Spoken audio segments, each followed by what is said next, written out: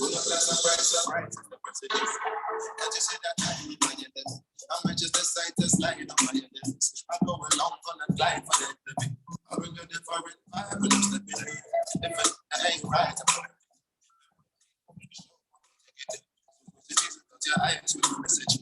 I never subscribe to lies on the internet. If you want to clout in the lies and wires when I'm checking.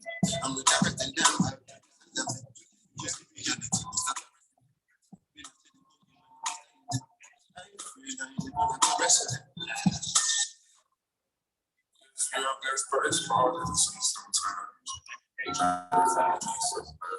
It's like, how could you be so blind that you just follow your dreams and you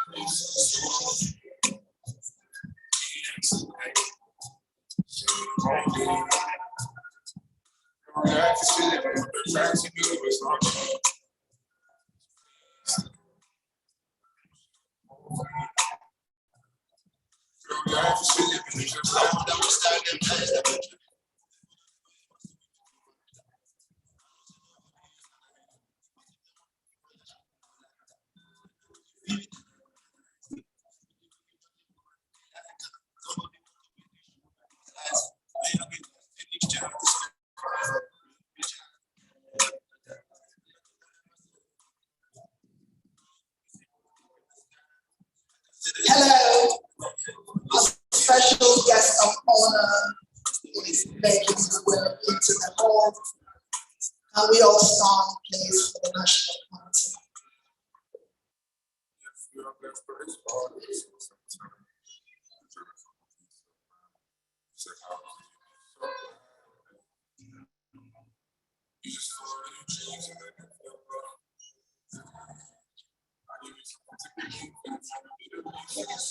No, they have to be there.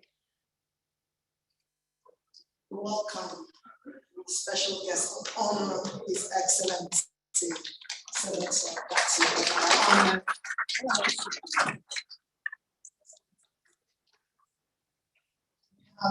Our sister, social activist, we have Baby Dan on there. Yes, social activists, very well known. Please take your seat. We have Barrister Dele, Farotimi, have all come all the way from Nigeria, from the United States. We're delighted to have you with us today. Thank you so much for coming. And we have Afada, Charlie Boy at the back somewhere. Please take your seat at the high table.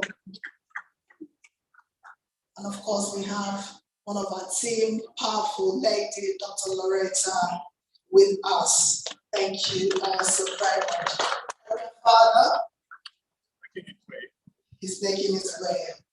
The star talk.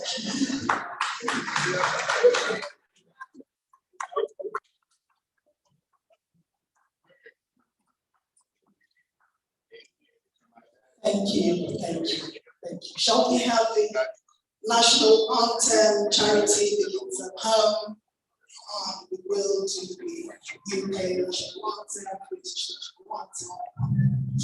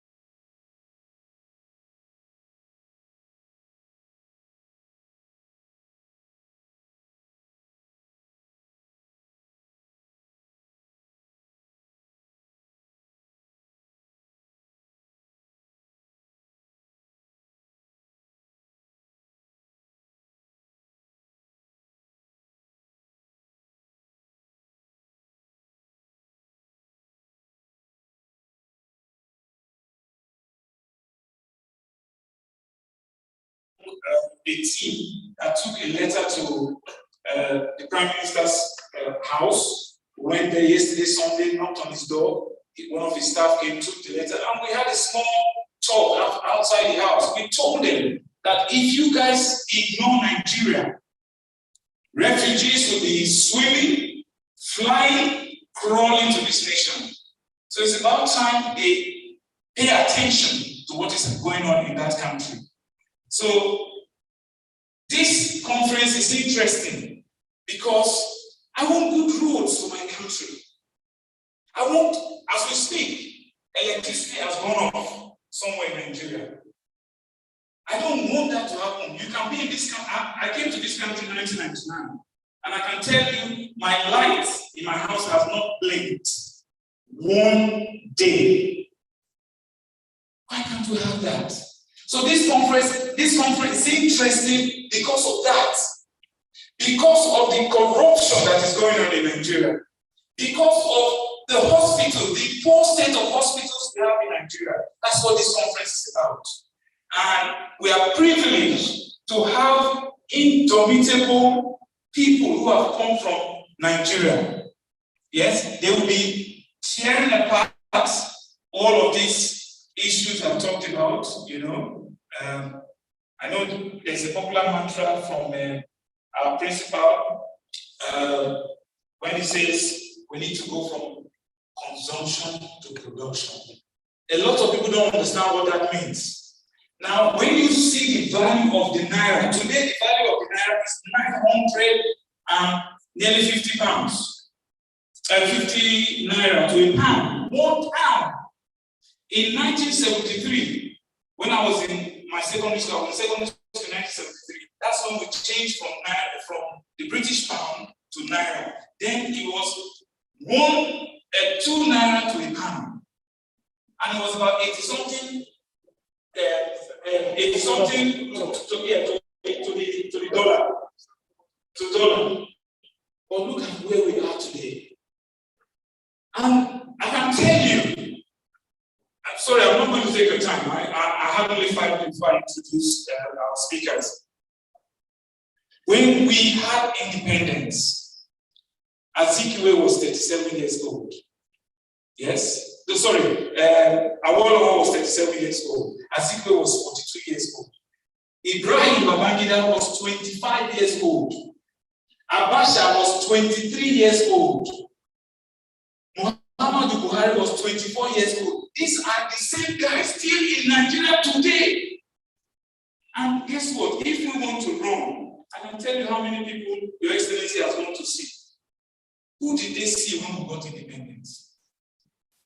Now I want to run to be a governor or a president. I've got to go to Mina to see one. I've got to go to Abuja to see so many.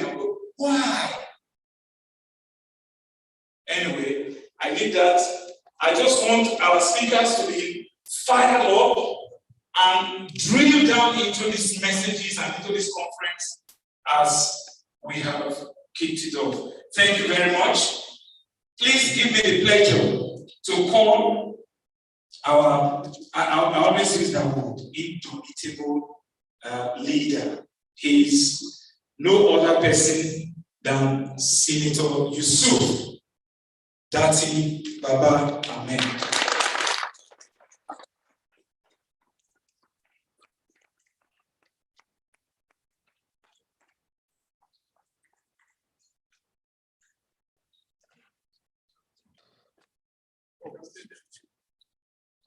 Sir, you want to stay there, sir? Okay, stay. Thank you so much, sir. Distinguished ladies and gentlemen of the high table, fellow Nigerians, dear organizers, all protocols respectfully observed. It is a great pleasure to be here, even greater pleasure to feel the kind of love for our nation that you're displaying here and now. I'm only here to encourage your sense of nationalism. I'm here to ask you to keep up the love for our dear country. While the speakers will do the speaking, I will not have much to say, as you very well know. Very little I say, or the very little I have seen before now has rattled the system more than anything else. So out of respect for those who have advised before now, I would just like to encourage those who are going to speak, except maybe just making one or two notes that are fundamental. I have been saying that democracy, as you put it here in the theme, democracy belongs to the people who can practice it. If you can't practice delicate democracy, then it is not for you. Dividends of democracy belongs to the people who can extract it. Human rights and civil liberties belongs to the people who insist take and keep it. If you can't, it's simply not for you. So struggling to practice democracy is very healthy. We'll continue to encourage all of us. Nobody says that democracy is easy. They only didn't tell us how delicate it was. And without going into so much comparison, because I'm speaking in general terms, I'm not speaking about the 2023 elections now. So no minister will fly to New York and make any allegations against me. If you recall that 80s into the late 90s, there was this genuine globalization of democracy around the world. But then there is a certain part of the world with very old, rich culture and history, namely the Middle East.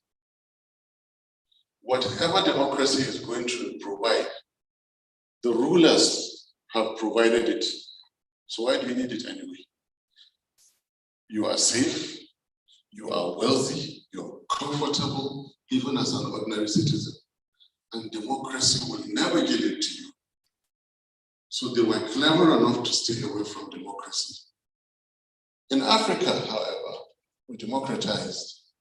And we saw in the case of Nigeria, what did democracy correspond with?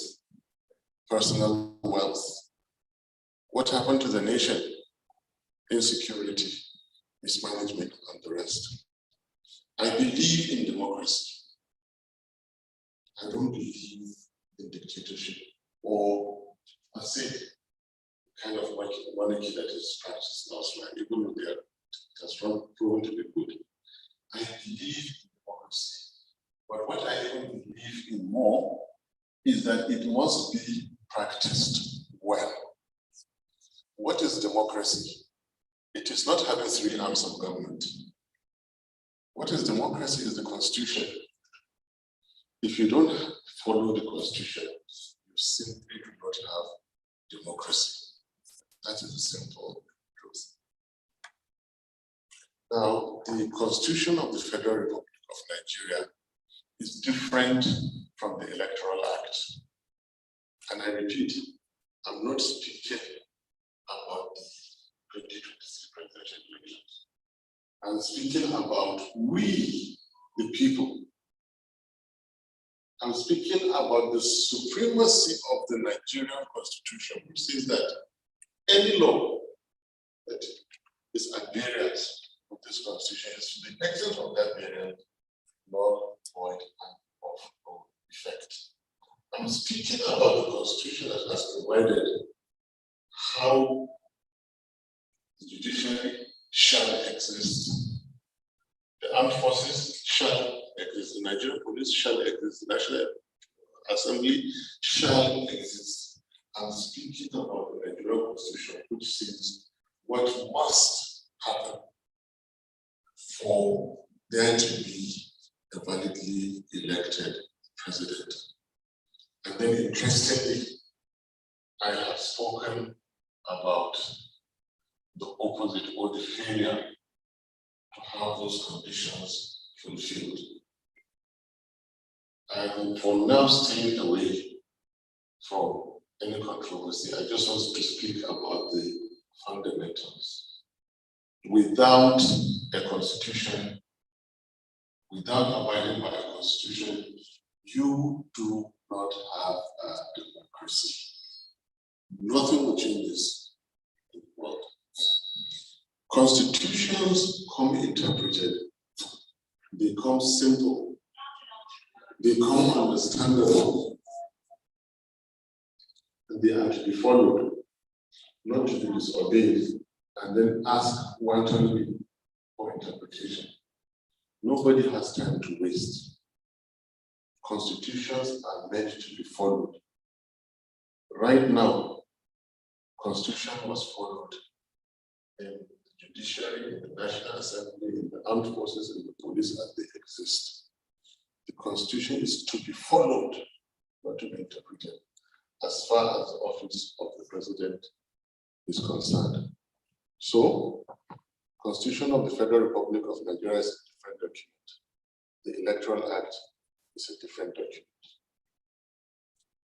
I respect the courts. My principal has gone to court. I am with him, and all that we're doing, we wait patiently for the courts to.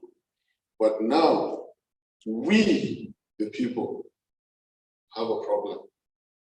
If your constitution is violated and you sit watching, democracy is not for it.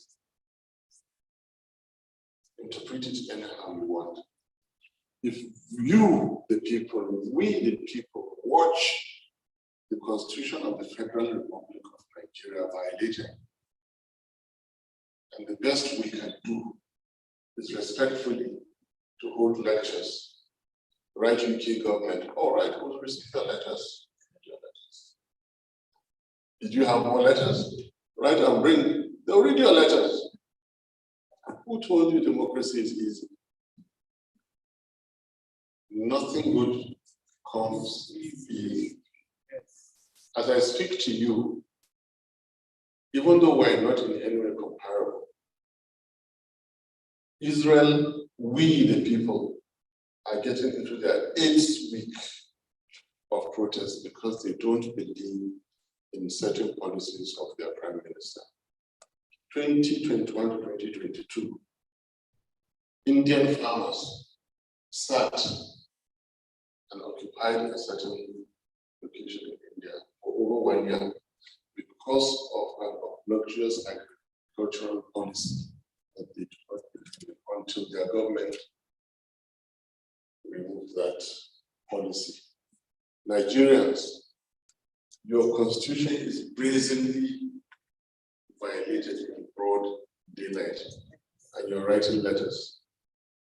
Your cosmates in the Assyrian political parties are rigging elections, changing the meaning of your constitution, and you're writing letters and holding conferences.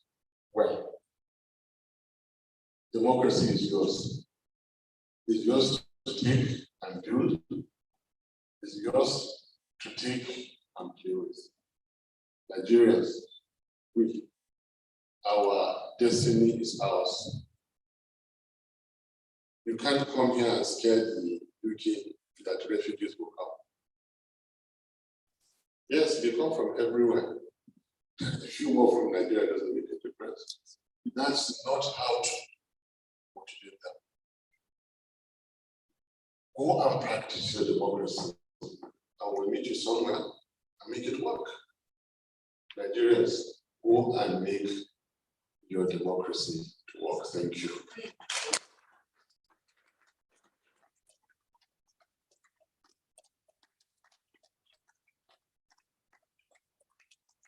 Please, another round of applause for Our Excellency.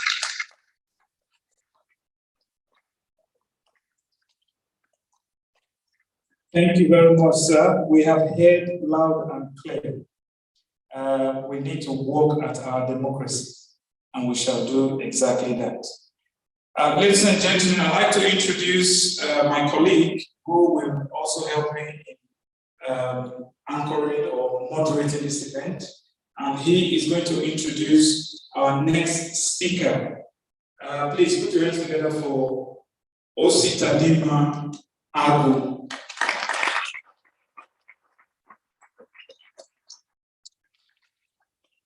Thank you, dear compatriots.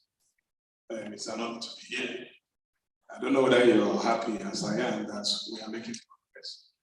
It may be slow, but we're getting somewhere. There is something about this conference that I want everyone to pay particular attention to. And it says, democracy doesn't really matter. And in Nigeria, the entire Nigeria is on trial because democracy is built of people. If you're talking about democracy and you don't take the people, who are the ones driving democracy? And as our Excellency, Senator Datti has said, when they appeared on the scene with this principle, His Excellency, they were the only people saying, we are running on the mandate of the people, not because of who we are, where we come from, or anything else, because the people have sent us. And this principle continues to say that I don't want to lose my job, I'm working for it. So as his principle and himself stand in the law court, all the multitudes of Nigerians that voted are in the court. And that's what we say Nigeria is on trial. We unravel the truth someday. And like you say, I'd like to encourage everybody to actually be ready for democracy. It's a long walk, like people like us who are activists. You continue to demand what you need and to get it. Don't rest. Anytime you push, they'll give a little. You're going to get until you get what you want out of a system. I thank Nigerians who have been standing firm, practicing this. There are voices here which you will know about. And as I introduce one of them to you, I watched him talk in the USA. And he said he was going to talk. He didn't know the time. And after talking, he said, oh, I made it 10 minutes. I'm talking about no other than Dele, Farotimi.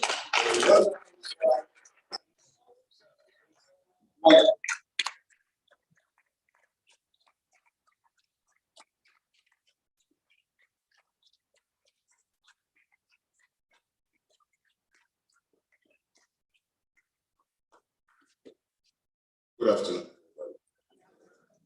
Well, they have been kind enough to give me 20 minutes to speak.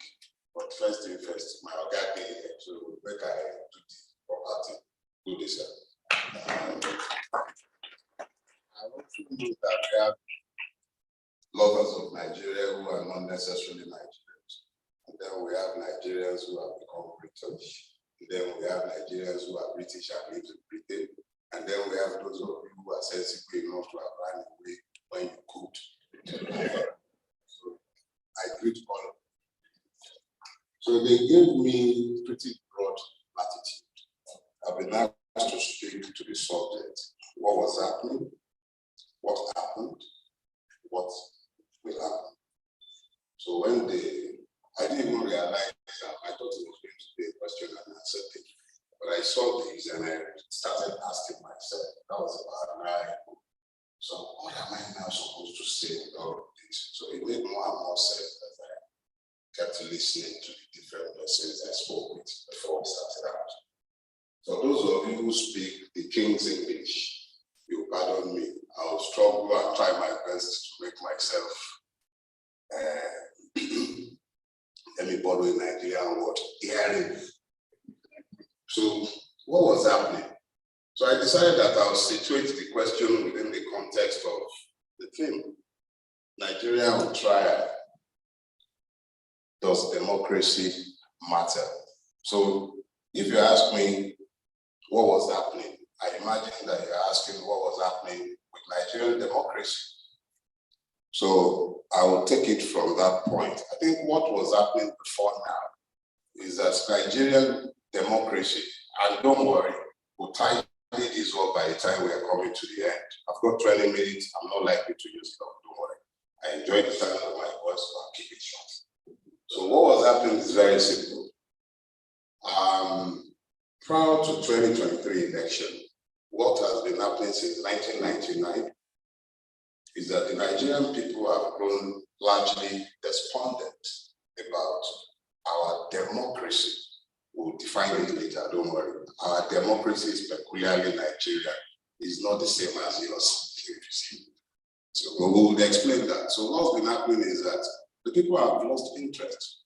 They abandoned it. It became a space that was abandoned largely to the people who have taken over that space today, the charlatans, those who do not have the interest of the Nigerian people. In fact, the only thing that you will not find on their mind are the interests of the people. And this is clearly evidenced by everything you see when you look around Nigeria.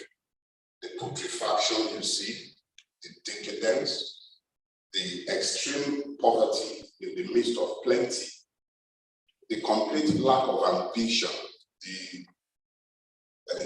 what you would see in Nigeria was happening, and it was largely bedded in the pot of apathy. Now, that apathy was gutted out of a lack of faith in the system to deliver on its promise of free and fair election. That was one. But it was also found in the knowledge that the political class, and I stretch the bound of credulity when I use the word political and class in relation to the ruiners of Nigeria, it became evident to the people that regardless of which one of the parties happens to be in power, nothing ever changes about the lot of the people. It remained poor, it remained brutish, insecurity was normal. Whoever was in power, there was never going to be power. So the only thing that was certain for the Nigerians was that regardless of which one of the many political parties might be in power at any point in time, nothing was going to change. So in the midst of this, the Nigerians were generally disenchanted and disconnected from the system. In 2015, or in the lead up to the 2015 election, you had a coalition of men. I used to call them the thinking thieves and the unthinking thieves. The thinking thieves were generally those who were governing the state of Lagos. There is always a pretense that some work was being done. They will paint the bad roads, and they did a pretty good job of owning the press, influencing the press to give the impression that something was being done. So they were the thinking thieves. They would at least have a genuine budget, even though they would merely put the budget headings, and they would spend the money without doing the work. They would paint dilapidated buildings. They would build roads that do not exist. They would concession public properties without regard. They were the thinking thieves. They were the AC. And then you had the unthinking thieves who had 16 years in power and really didn't care much about anything, any thoughts. They didn't pretend that they were stealing. They were simply stealing. And in 2015, with the promise of change, the Nigerian people were deceived. The All Progressive Congress was formed, but the only thing progressive about that party has been the progression in stealing and the putrefaction of the Nigerian people. The complete dissipation of hope and the almost total loss of any illusion that Nigeria would be kept together without radical changes taking place. It took 7 years for the Nigerian people to come to the realization of the fact that something new had to happen. And that something new was what you saw in the lead up to the 2023 elections. The people of Nigeria took a decision to change things. So I come to the second part of what I've been asked to speak to. What happened? A coalition of the disadvantaged in Nigeria came When I say coalition, I'm speaking specifically to all the victims of Nigeria across the length and breadth of Nigeria. Because those who have benefited from the ruination of Nigeria come from across the length and breadth of Nigeria. They are not divided by ethnicity. They are not divided by religion. And they couldn't care less sometimes even about gender. They are united in their purpose, and their singular purpose is the ruination of Nigeria to their own benefits and to the benefits of those who have aided them in the ruination of Nigeria. So what happened was that those who have for long been disadvantaged by the Nigerian mess began to realize the commonalities of their afflictions. And in the lead up to that election, several persons across the length and breadth of Nigeria, not even working together or in concert with each other, found commonalities. So a lot of us went out there and were convincing the people to go out and register to vote. The fact that the Nigerian state had exposed itself shamelessly on October 20, 2020 at Lekki Toll Gate, where it shamelessly murdered an untold number of Nigerian youth, helped to mobilize the youth to become interested in the election. Because in the absence of the legitimacy of protests, peaceful protests, with the government making it clear that it has no shame or even any restraint about killing Nigerians, and the international community shamelessly looking on while this was happening without saying a word. And when it said anything, it merely whimpered in your parliament in Britain here. Togenad was busy telling us about how Gowon brought half of Nigeria's treasury to this country, telling us that Britain was effectively a recipient of stolen property. So that's another ballgame entirely. But the point is that we came to the realization of the fact that we are the ones who are going to have to sort out our own mess. So across the length and breadth of Nigeria, people got together in the knowledge that they had to do something. And they began to form little cells. And this happened on the 25th of February. Bola Ahmed Tinubu could not get 20% of the votes in Lagos State. That was what happened. That is a fact. No amount of oro that they might carry, and that man sat there wearing hat, pretending not to be here. Rosemary of Tinubu. He was the one who forced them to start carrying oro. That was the extent of their fear. That was the fear. They were so afraid by the result they saw on the 25th of February that they were ashamed to bring out all manner of tribal and ethnic divisions, religious divisions, all manner of hatred were weaponized in broad daylight. The diplomatic community were there. Unashamedly, some of you in the diaspora were busy clapping this nonsense on. And I look at all of you and I wonder, how do you complain or speak or condemn racism if you, in your own country,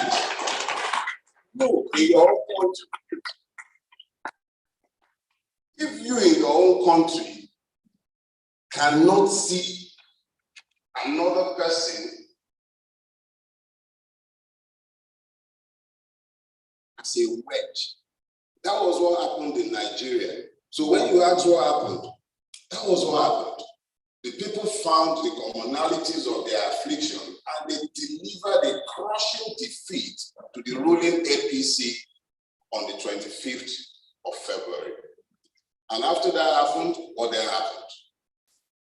INEC, under Professor Yakubu Mahmoud. These people will remember his name, but will not remember him for good. Because what he did is out there in the public space. Those who wish to theodorize the skunk might call it any other thing, but the truth of the matter is that the man in question most shamelessly compromised the integrity of Nigerian election.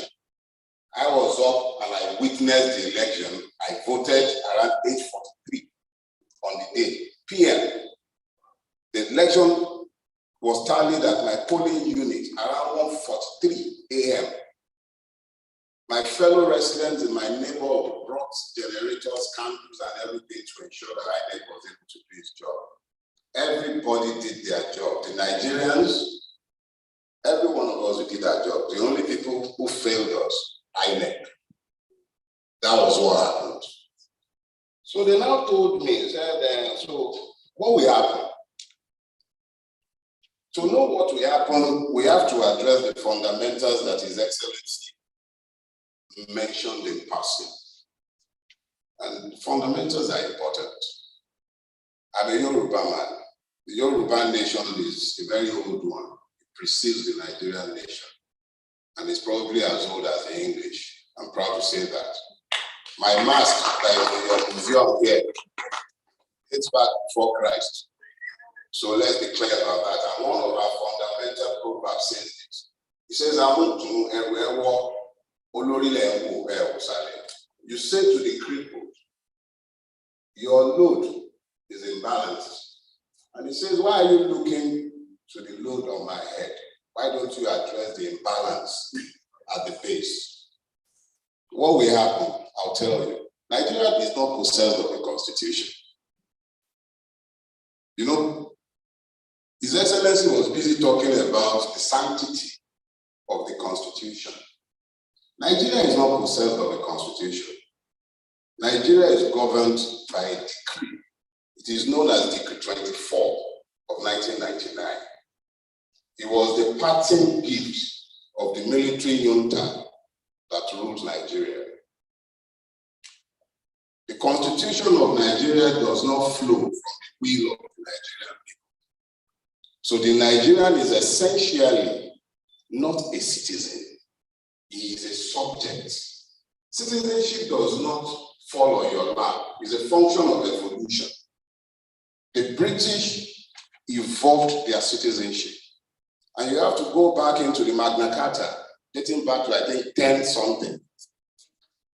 I'm not sure. I think it's about 10. I'm not sure that it's been a long time since I took courses in jurisprudence, but I do know that the basis of English or British citizenship is in the Magna Carta. It restrains the powers of the king and it forces him to be accountable for his powers.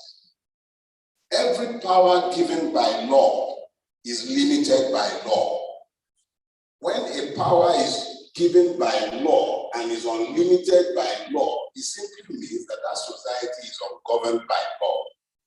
Nigeria is not governed by law.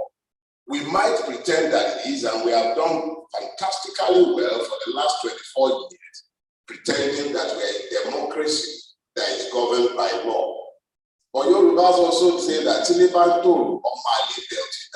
when a house is calm, it is because the bastard in the house is not grown up.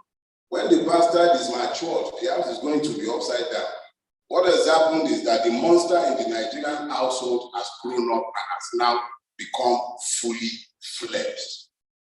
That constitution has always been a lie because it does not flow from the will of the people. It is a military imposition. That military imposition is what has come full circle. And the people now have to decide whether they are happy to live with the lie that is called the Constitution and the monster that it has battered that is called a democracy, but is more fittingly called a democracy. That is on one hand. What will happen? I'm not going to threaten you with the refugee problem. You want it. That's the truth. The British and the rest of the West, the entire world economy is predicated on the assumption of Africa's slavery. I'm sorry to say, but that is the reality. If we ever got our acts together in Nigeria, our best and brightest would not be in this country, slaving away at jobs that some of your people will not even take. We have brain drain, a major brain drain in my country. But you are the recipient and beneficiary of the very best and brightest of my countrymen. We send our children to come to school in your country and we train them at great expense. The money spent in Britain and other countries every year to train Nigerian children will be sufficient to fix all the problems in our educational system. But I just read that the Nigerian government has declared that it is incapable of sponsoring tertiary education. Question is, how many of the children of the Nigerian middle class, including myself, are to be found schooling within Nigeria? That is by design. It has taken our money to prop up the economy of the West. The idiocy of our rulers have assured that your countries are rich whilst we have remained poor. So I'm not here to ask Britain to help us. I don't expect you to help us. I expect no help. But I am here to let those of you who live in this country, Nigerians, who live here, you need to get up to the idea that you have been blessed and fortunate enough to escape the mess in our country, and you are here. You are in a society that works to an extent. It might not always be this, but it's working currently. Where we can talk, you can. When they might hold us down in Nigeria, you can force their partners here who pretend to care about us but do not really give anything. Because I'll remind you, and I'll round up with this because I realize I'm close to 20 minutes now. In the immediate aftermath of the NSAS protest, I was asked to attend a meeting with the Western diplomat. And after the meeting, I sat down. I was trying to figure out exactly what the meeting was all about. And I realized that they were just worried about what we were likely to do and how it might affect their own business interests in Nigeria. So I realized that beyond the platitudes that might be offered by any Western or foreign powers, it is entirely up to us to find the solutions to our problems. So thank you for having these in Britain, since they are the ones who created the original mess called Nigeria. But solving the problem called Nigeria is entirely a Nigerian undertaking. How we do it is entirely dependent on us. But do not look to the British or to any part of the West for our solutions. It is entirely in our own hands. Thank you very much.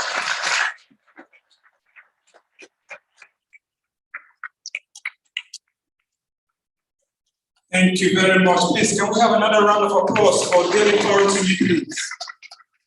Thank you very much, sir. I've heard so much about Constitution from Your Excellency and from Dele, Farotimi. I don't know if we know that Nigeria, as a nation, we have had 9 constitutions, 9, written for that country. And of the 9, when I heard Your Excellency say, we the people, our constitutions begin with we the people. Go and get a copy of the constitution. But do you know what? We the people are not included when these constitutions are written. They just write and dump on us. As a matter of fact, let me tell you briefly about this constitution. The first one was written by a chap called Clifford in 1922. Richard's constitution was written in 1946. Macpherson's constitution was written in 1951. Littleton's constitution was written in 1954. And an independent constitution was written in 1960, where we had the Queen as the titular head of state for Nigeria. Yes? And then we had the 1963 constitution. All of these constitutions were written, not one we the people were involved in the writing of the constitution. And then we had the 1993 one and 1999, which was a fiat by the military. They said, we like to take it. And that's what we're still using today. That's why I think it was Your Excellency who said Decree 43. No, it was the Decree 24. That's what we have. So, we are hearing the messages, sir. Your Excellency, thank you very much. And thank you, Dele, Farotimi. Ladies and gentlemen, there is a slight change in our order of the program. I know many of you don't have the program, but on the high table here, they have the program. Please, and please, and please, if you believe in that new Nigeria, don't stand up and leave this hall. You have to listen to what these excellent people, you know, our principal keeps saying that if you call yourself excellency, then the process under which you got there is going to be excellent.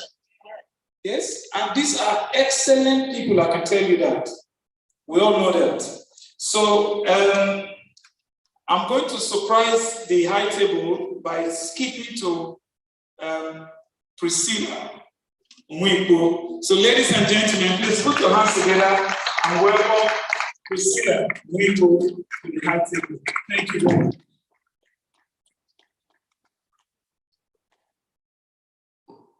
Thank you so much, sir. Your Excellency, good afternoon. Good afternoon, my fellow panelists, and good afternoon to you all that have taken the time to make it here today.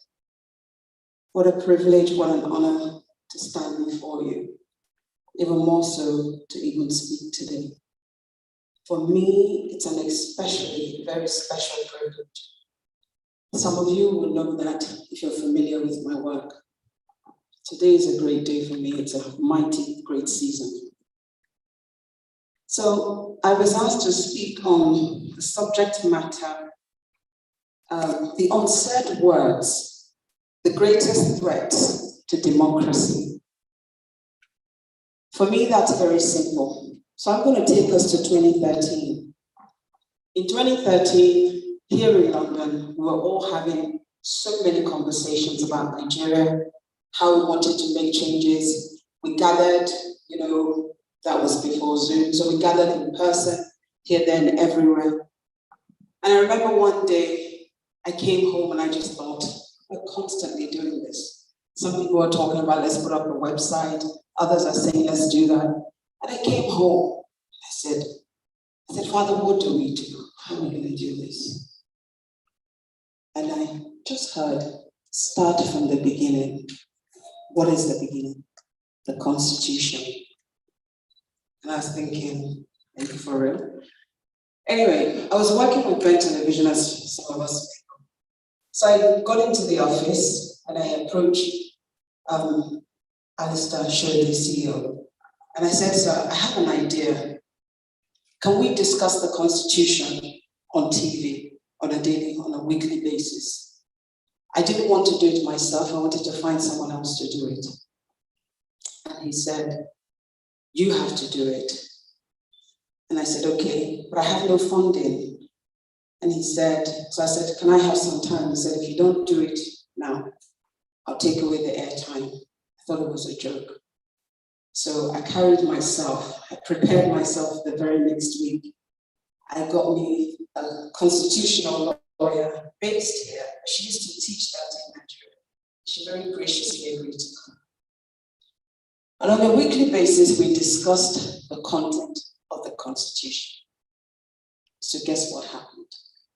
Nigerians will call in and Nigerians will say, Priscilla, that Constitution, we the people didn't gather.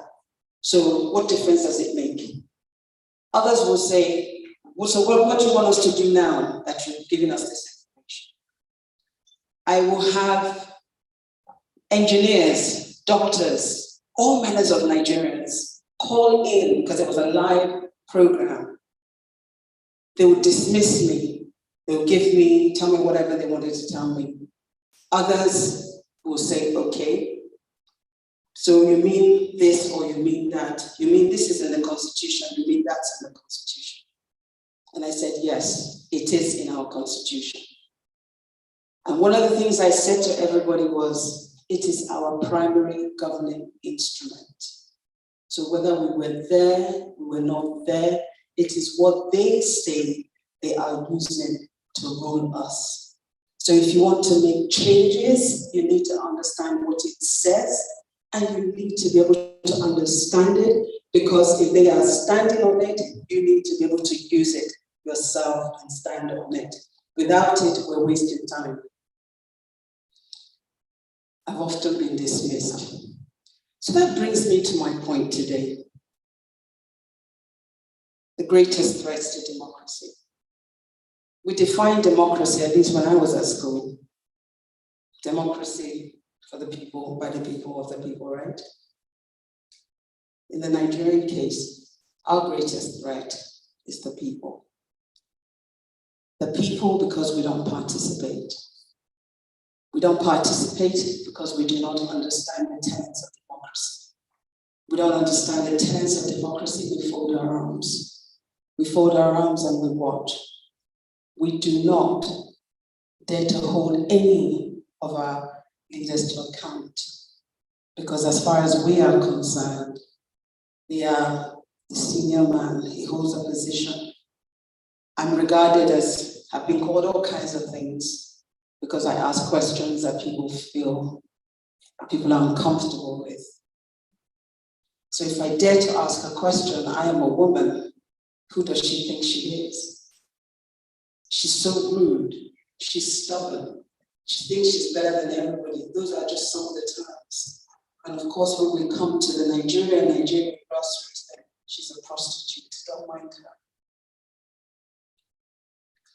I have, amongst my peers, they will say, oh Priscilla, why would you ask such a question? And I'll say, are we okay here? Is your head functioning accordingly?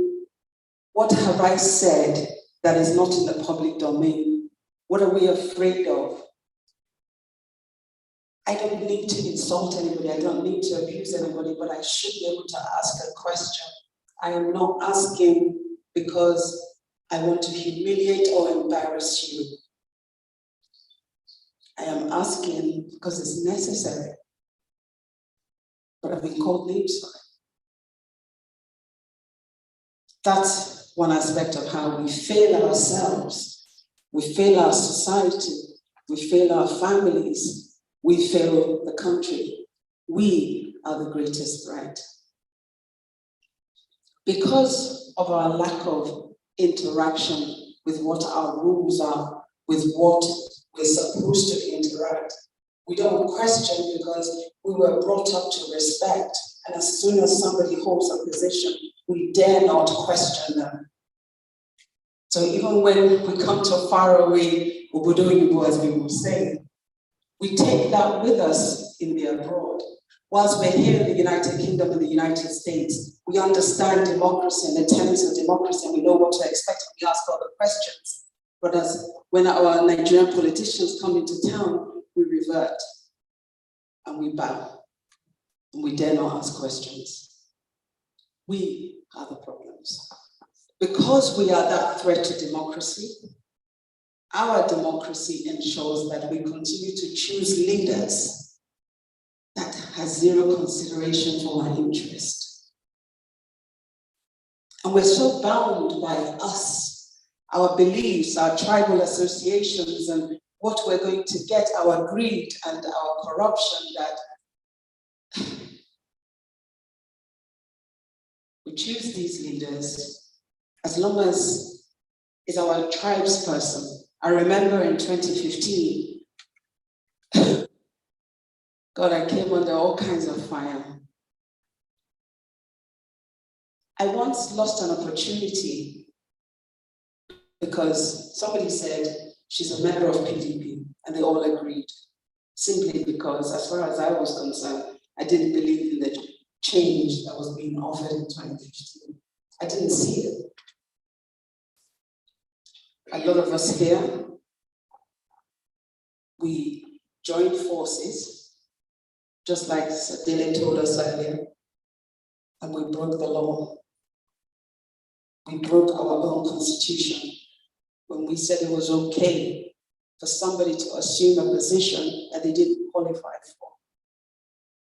We've been doing it 2015. You go back as far as our wonderful democracy, we've been constantly saying you can hold the office. We're happy to break our constitution, it's not a problem. We're okay with it. Suddenly today, we're no longer okay with that. And we expect them to clap for us, to say, oh yeah, sure, just take it and walk away. No, they're not. So our leadership is a problem because we created it. The other problem we have is a question of trust. We don't have trust. Our problem with trust is not just from the fact that we break our own constitutions, we choose the worst leaders or whatever else it is. It goes a little deeper than that. Our issues with trust, we don't trust one another. We live in a world where the structures are such that it prevents us from being able to see each other as one, work together. We don't give each other the same benefit of the doubt that we might give somebody else on a different basis. And that runs right deep, even when we're back in Nigeria, when we're speaking about the issues of Nigeria. So the question of trust is big. Thus, right now, even though I believe that we're at that point today where Nigeria is changing, whether we like it or yes. I'm about to say something that might offend some men in the room, but please don't take it personal. I'm just going to state some of the things I hear over and over and over, and it's often from young men. And that's because they've lost hope. And they say to me, Priscilla, Nigeria is too difficult to govern. And then I ask them, why? Is it because we all have two heads? They say, democracy cannot work in Nigeria. I say, why wouldn't it work in Nigeria? We're not human beings. What's the difference? Why do you have such little value for yourself that you don't believe in the change, that you can make the change? So I'm not the only one speaking here today. So I'm going to try and round up. Because we lack understanding of what the tenets of democracy is. We don't understand that our institutions can still work in our favor. And right now, everybody has given up to an extent. I have to say something. First of all, I don't belong to any political party, not even here in the United Kingdom. I used to vote a certain way. And then when I realized that actually they weren't really interested in me, I stopped voting for them. And I started voting for a much smaller party because I checked out their policies and I liked it. And people were saying, but they're never gonna win. I can't give my vote to something I don't believe in. So, when we begin to understand the tenets of democracy, when we begin to stand up, I have to give credit to the obedience. The obedience are making my dreams come true. I have to salute every obedience out there, because as far as I'm concerned, my dreams are coming true. Every Monday, some of you may have heard me on the radio, may have heard me on TV. You know, I always stand alone, and I don't care who likes it, who doesn't, who's gonna attack me, who's not gonna attack me. I say what I say because I think it needs to be said.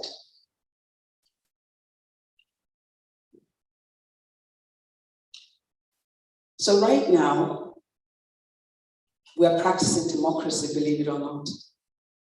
Democracy is being practiced for the first time, at least in my own,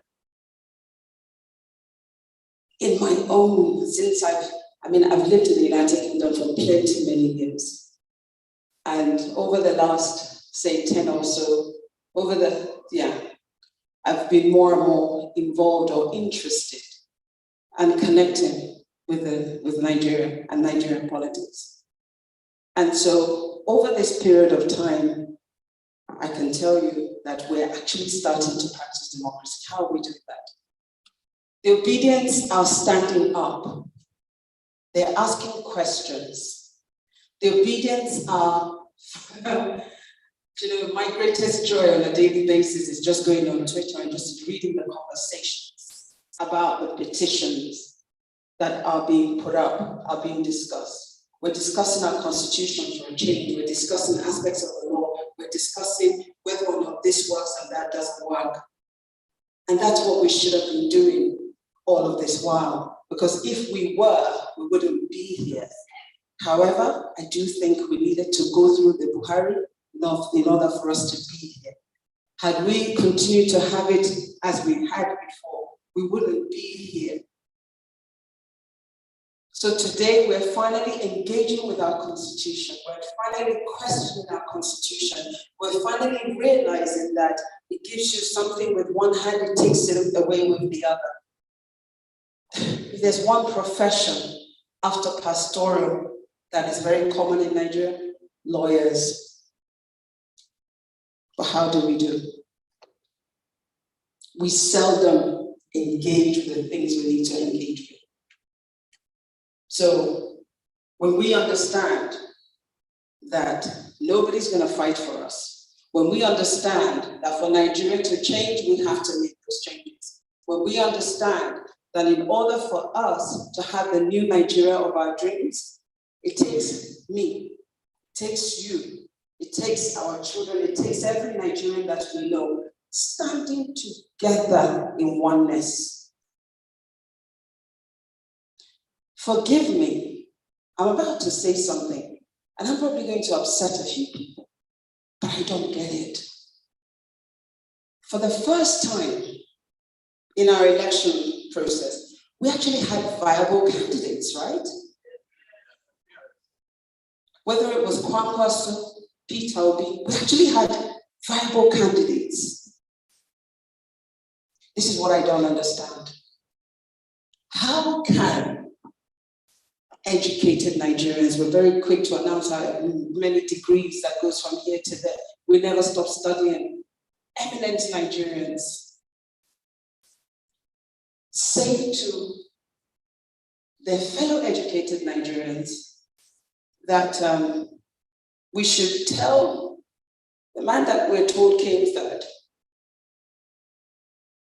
who is happy to go to court, but we're being told to go, the guy with the longest rap sheet that I've ever come across, nothing makes sense. Every day there's an addition, and it's not good. There are no real explanations, there are no denials, there are nothing. So it's fair to say we can accept it to be what it is. But you have eminent, highly educated Nigerians that will be so quick to shove their many degrees down your throat if you dare to not reach them properly. Say, let's beg the guy that came third, that has a clean record, so that we can all submit to this rap sheet. I don't get it. I don't understand it. I will never understand it. I will never understand it. If there was an explanation for it, maybe somebody make it make sense to me. It does not make sense. For highly eminent, educated people, I'm concerned by that. I don't know about you all, but I'm concerned about that. We did it in 2015. We did, remember? And if we do it again, we're breaking the Constitution by ourselves. If we stand together, if we do what the obedience are doing, the obedience are holding everybody to account. The obedience are speaking directly. Listen, I remember one day, it was during the Bring Back Our Girls. I was at the Foreign and Commonwealth office. I was sitting there for a meeting. And we broached off into a conversation about how they had reached out for Nigeria to help. They wanted to help. I looked at them and said, why do you need to help? I said, look, we're old enough. We should be able to take care of our problems. If we're not old enough, if we're not capable of taking care of our problems and we have an issue, it's not for the British to step in. Everybody's face just kind of changed because that wasn't what they were expecting me to say. So as Sir Dele said, he doesn't believe in calling the British to come and help. I'm sure some of you have heard me. It gets on my last nerves when I see Nigerians doing that. However, one thing I will say is that in the time and the season that we're in, I'm starting to see this a little differently. Let's not beg. Let's put them on notice that we don't like what's happening in our country and we don't want that to continue.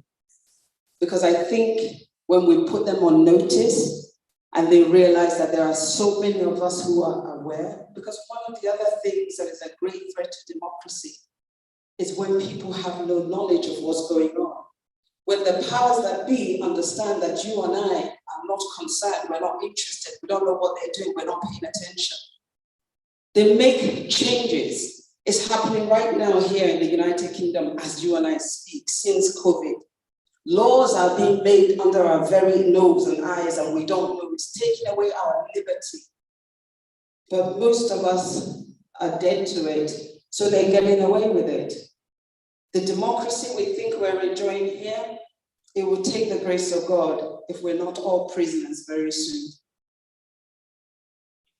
But the good thing is, we're putting everybody on notice to say, we don't want this in Nigeria. And as long as we can continue with that, the more voices that are raised on a daily basis, whether it's to retweet something, whether it's to add your voices to the call, we don't want this. We have to do it publicly, because then they get the message. The people are awake, because that's what this is, an awakening. So I'm going to round off because I think I've overspoken. And I just want to say that we can no longer make excuses. We can't come this far and go back. I've read that petition. I've read the various petitions. And I've never come across such a strong petition before the Nigerian judiciary. Make no mistakes, change is here. And we must all remember this. It is our problem. I say this every Monday evening. I would have said it tonight if I was back there in good time. I say it every Monday evening on a little radio program. It's our problem. Oh, let me tell you something else about that program. So in 2015, we fought ferociously. They fought me, I fought back. They told me I didn't know what I was talking about. I told them what this administration will be for each and every one of us. And I left them with this. I said, I just hope. I said, my sadness is we're all going to suffer in it. And I just hope that we'll be able to recover. Some said, we don't care if it's a dog. They told me that live on air. They said they didn't care. So here we are today. That program used to be so active. Everybody used to call in and we'd be talking back and forth. They can't call in. People are too embarrassed. I don't mind. They're too embarrassed to call in. They feel that, they can't engage with me because they can't get over the fact that it is happening. Just as I said. And they've lost so much that some of them, their lives, some of them, lives of their relatives, some of them, everything they ever owned. Recovery is tough for them. So they don't call back anymore, but they listen quietly. So I'm just going to stop there and say that it's our problem. We can fix it. Let's do that. Thank you for listening. Please, another round of applause for Kissy Amico. And some of us remember one word manufactured by the Nigerian politician. They call teamship. Beautiful word. And somebody asked the question that led to that teamship. And I want to salute the last speaker because you all asked, how are you going to fix it? He said, I'm going to do it. Teamship. A round of applause for this. And she said, the unsafe things, that's the most dangerous thing. Whenever they're telling you, don't go there, don't go there. Why are we running away from the facts? I know some of us, the movie watchers, there's one film called A Few Good Men. General, you're not telling us the truth. The truth is I cannot handle the truth. Can we handle the truth? I think the obedience have been able to see the truth. And they're handling it. A round of applause for them. I know some people that spent about 3 million naira to travel just to cast one vote. Nigerians are participating. It's time. The real change is the one we are getting. Please help me welcome our beloved brother. They call him GRV. It's popular because he did what people never thought was possible. And I want to call him to come and just greet people. That stood firmly against tyranny. He lost his followers, standing firm and not giving. Thank you. They call him Chill. I don't know where you have the name.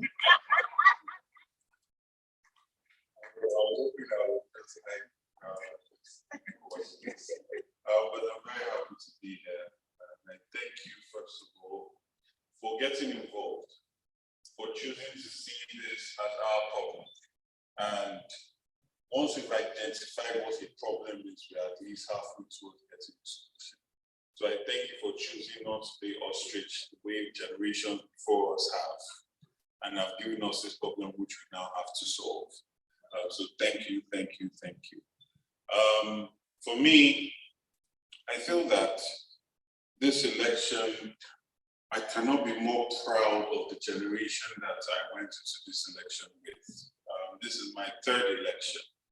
The first I contested for local government chairman under Koa Party. And I remember I would go and talk to people and you ask them how many people are registered and less than 10% of the whole of voter cards. And then you see a remarkable jump where people decided that they were no longer leaving politics to politicians. You had a situation where young people were mobilizing by themselves without being mobilized. You had a situation where, October 1st, we shook Nigeria. And this was done without any massive mobilization of funds or resources. So whatever, and like His Excellency said, democracy and this journey is not something that is gotten easy, right? When the Herbert Macaulay started fighting for independence, it was not his generation that experienced the benefits of it or the actual recovery and independence of the Awolowo's and the Nnamdi Azikiwe's. So it's a journey. The most important thing is what we're doing now, which is persistence, consistency, staying on the ball, not going into the dark quietly. And that's what they want. They want you to stop tweeting. They want you to go on holiday. They want you to be quiet. But that's not going to happen. And I'm going to say that I want you to be encouraged. We made history, right? We brought back the idea that ideas matter in politics. We brought back the notion that integrity, competence, and capacity matters. It's no longer about how many thoughts you have or how much you can use to buy votes, right? And that's never going to be erased out of the streets. What we now need to do is increase our self-influence. Because more than anything now, more and more people are empathetic towards the Labour Party, towards this idea movement, this idea of, we want people that don't have baggage, we want people that will vote for, don't have to hold their nose or ignore their crimes, right? And this is only going to get bigger. Because more and more people are going to be inspired to come out and participate in elections that would not normally have come out before. Because now there's a huge group of people that want their leader to be somebody they can be proud of. And that's not going to change. When the mind has been expanded, it cannot go back to its previous size. People have seen it, they know it, they know what quality leadership sounds like, what quality leadership feels like. You cannot take that back, right? So we are the now, we are the future. And when we talk about democracy, yes, I understand the flaws of our constitution. And yes, I understand the flaws of the entire process and everything that has happened. But for me, I always make decisions based on hope. And more than anything, I've seen people stand up. Mr. Farotimi said, they have started talking about Oro on the Tuesday before the election on Saturday. When they moved the elections, the Oba postponed the Oro. If you are not Yoruba, you might not, if you are not Yoruba, come to you. And yes, my name is very much but not anyone to add anyone. Unlike some, we actually have a birth certificate. So, but what I would say is that if you know about Oro is a right that used to cleanse the land, and it's done at night. And it's only engaged the people that belong to the Oro cult are the only ones that can see it.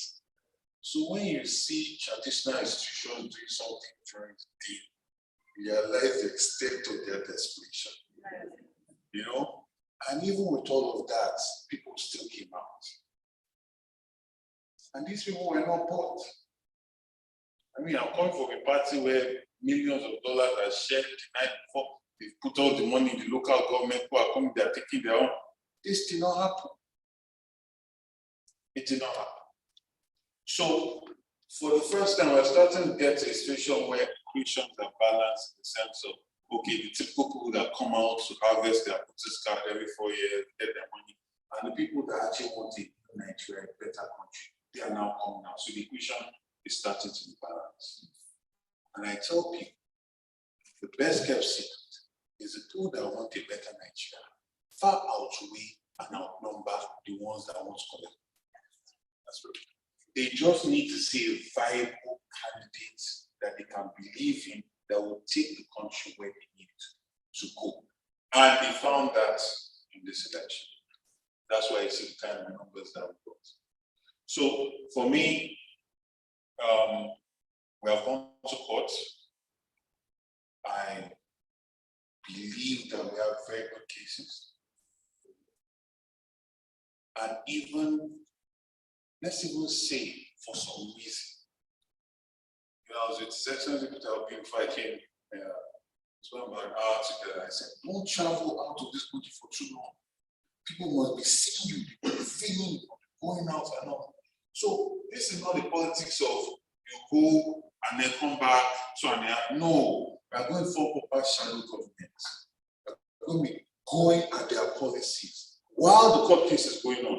And by God's grace, we'll stay in my victorious court. But this is the thing. It's human beings that put these constitutions together with all its flaws.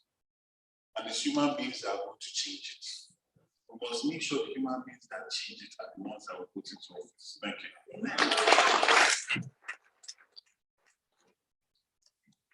Thank you very much, sir. Please, another round of applause for GRB, please. Well, we told you that we had surprise speakers. And ladies and gentlemen, Valibo is one of our surprise speakers today. Please, another round of applause for him. Now, I said speakers, I didn't say speaker. So we've got another surprise for you. Now, before I introduce this surprise that is coming, I read an article, I think this was May, I think the article was published in April. I read it and I'm like, wow, this is huge. And what I did, I used my computer voice audio to read the message. Now, this message was about and when I finished that work at that time, I shared it with one of my friends, Engineer Leonardo Bibi, and the man said, no, don't do this. Any publicity is good publicity. And I said, okay, I won't share it. But looking back, that was a big mistake. That was a huge mistake for a man who forfeited $460,000 in 1990, whatever. You know how much that is? The money just found its way into his account, and then it's not me, it's my account. I don't know how the money got there. Now, this article I'm talking about was written by a formidable journalist. This journalist, fortunate for us today, I'm proud to associate with this young man. He's here with us today. Ladies and gentlemen, please help us with a rounding applause. I know you know him. Please welcome David Hunting to the microphone.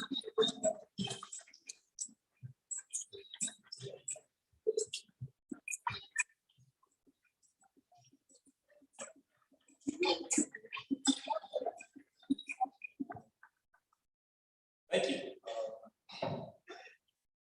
Don't have much of a speaking point, but we'll get through this. So, good afternoon, my name is Dele, and before I get started, I want to do a quick little piece of audience participation. So, with a show of hands, please indicate whether you've ever heard of a two following entities. So, the first is called the Korean Social Democratic Party. The second is called the Chondoist Chon Party. Have you ever heard of it? Well, neither had I until a few months ago.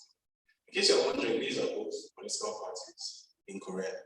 North Korea. Yes, elections are held in North Korea.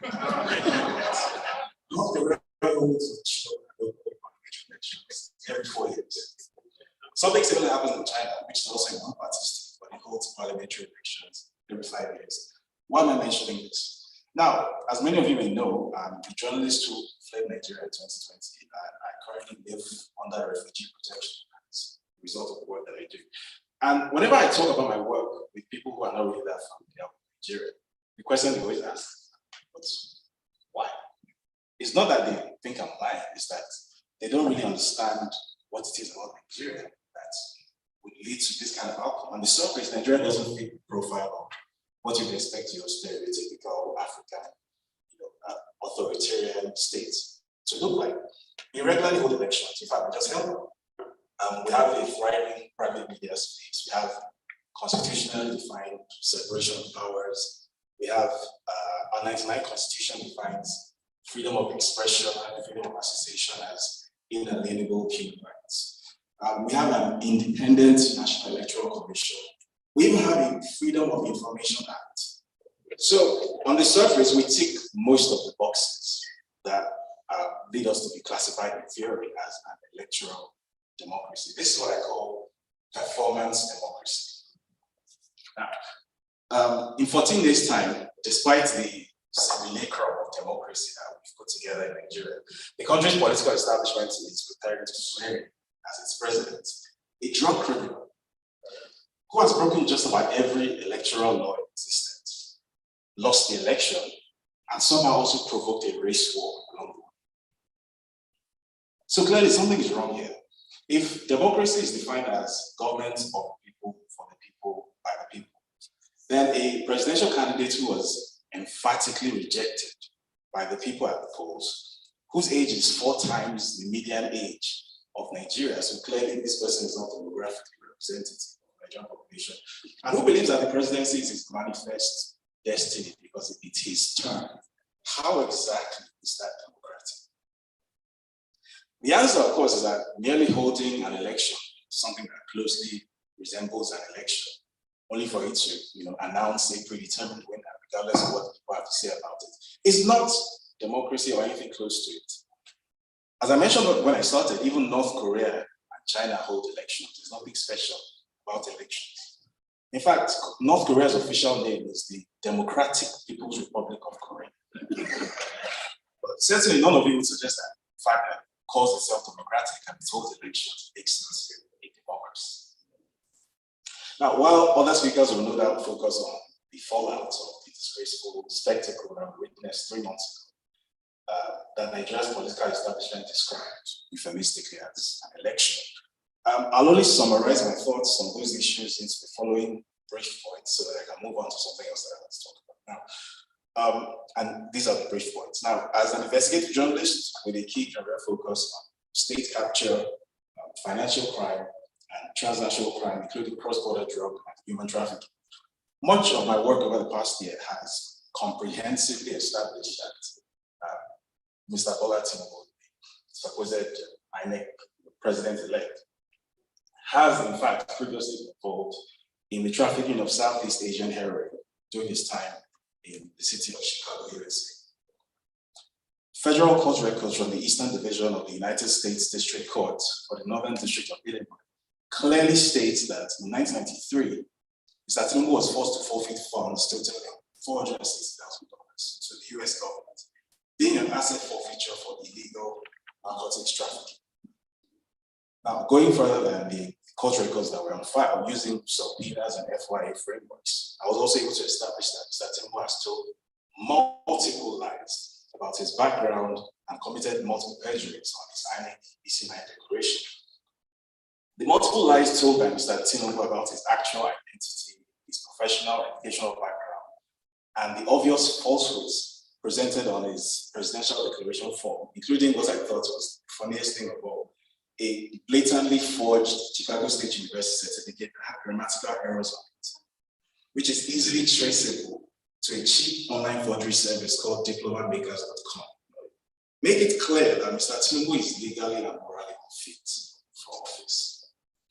Now, the illegality of declaring Mr. Tinubu the winner in the small hours of the morning at 4 a.m. when everyone is asleep, without any actual evidence of this supposed victory, an outcome that was not supported by any credible poll, and which INEC's own emerging data continues to contradict, makes a mockery of the credibility of Nigeria's Electoral Commission and calls into question the basic credibility of the electoral process. Now, a few weeks ago, as part of the testimony that I delivered to a UK parliamentary inquiry on a separate issue, I was asked to state what I believe the UK and its international partners should do about the situation in Nigeria, what I believe the consequences would be if these actions are not taken. Now, I know several of my co-speakers here have spoken very pointedly about the fact that the UK is not going to help, and the UK should not be viewed as the go-to entity here, but nonetheless, I was asked for my opinion, and I gave an answer, and this is what I said. So the following is an excerpt from the answer that I gave. I said, the international community needs to impose sanctions on individuals and organizations that have played and are playing key roles in destroying democracy in Nigeria through electoral practice and media narrative astroturfing and propaganda that assists the unapologetically fascist position being adopted by the ruling regime. In a manner similar to the targeted sanctions adopted against senior members of Zimbabwe's ZANU-PF regime for violating the human rights of Zimbabweans, senior figures in Nigeria's executive, legislative, and judiciary should be made to face targeted economic and travel sanctions that would bar them from doing business, owning property, or seeking healthcare in countries like the UK. These sanctions should also be extended to family members of sanctioned individuals, preventing them from acting as their economic proxies and from obtaining healthcare or education in these countries. If no action is taken, my assessment is that Nigeria as a whole will become fundamentally destabilized when the sharp divide between the leadership and the people becomes impossible to mitigate or work around. Demographically, Nigeria is already one of the most divided countries on earth, with a national median age of just 18.1 years old, alongside an aged, incompetent, out-of-touch leadership class, typified by the incoherent octogenarian who is currently prepped to illegally assume the country's highest office later this month. Willfully ignoring the clearly expressed will of the Nigerian people will inevitably lead to social unrest and instability, especially among the youth who are disproportionately affected by the problems that this very class of wannabe dictators created. This was a very important part of my submission, and I want you to listen. This kind of chaos has already been foreshadowed in parts of urban Nigeria over the past 4 years. These events are now remembered individually as the reprisal attacks against South African businesses in 2019 in Lagos, the so-called 1 million boys gun violence during the COVID-19 lockdown in 2020, and the NSAS protest later in the same year. But when examined in context, they are not standalone events. They are a growing pattern, each one more serious than the last. If the pattern persists, we will not be considering a Nigerian civil conflict or a West African regional crisis, but a major global humanitarian catastrophe that will engulf Africa, and Europe. It is important to remember that essentially all of Nigeria's 200 million residents are basically 2 national borders and 1 British Mediterranean crossing away from Europe. The total destabilization of a country with that many people, a stone's throw away from Lampedusa and Calais, would fundamentally reshape Africa, Europe, the UK, possibly the entire world as we know it, not in a good way. So those are my words to Parliament a few weeks ago. And I have an addendum. It is that if the UK actually has a commitment to promoting democracy in Nigeria and promoting good leadership in Nigeria the way it says it does, then we need to demonstrate that commitment by refusing to allow the very kleptocrats and criminals who subvert Nigeria's democracy from obtaining political legitimacy here, parking their money here.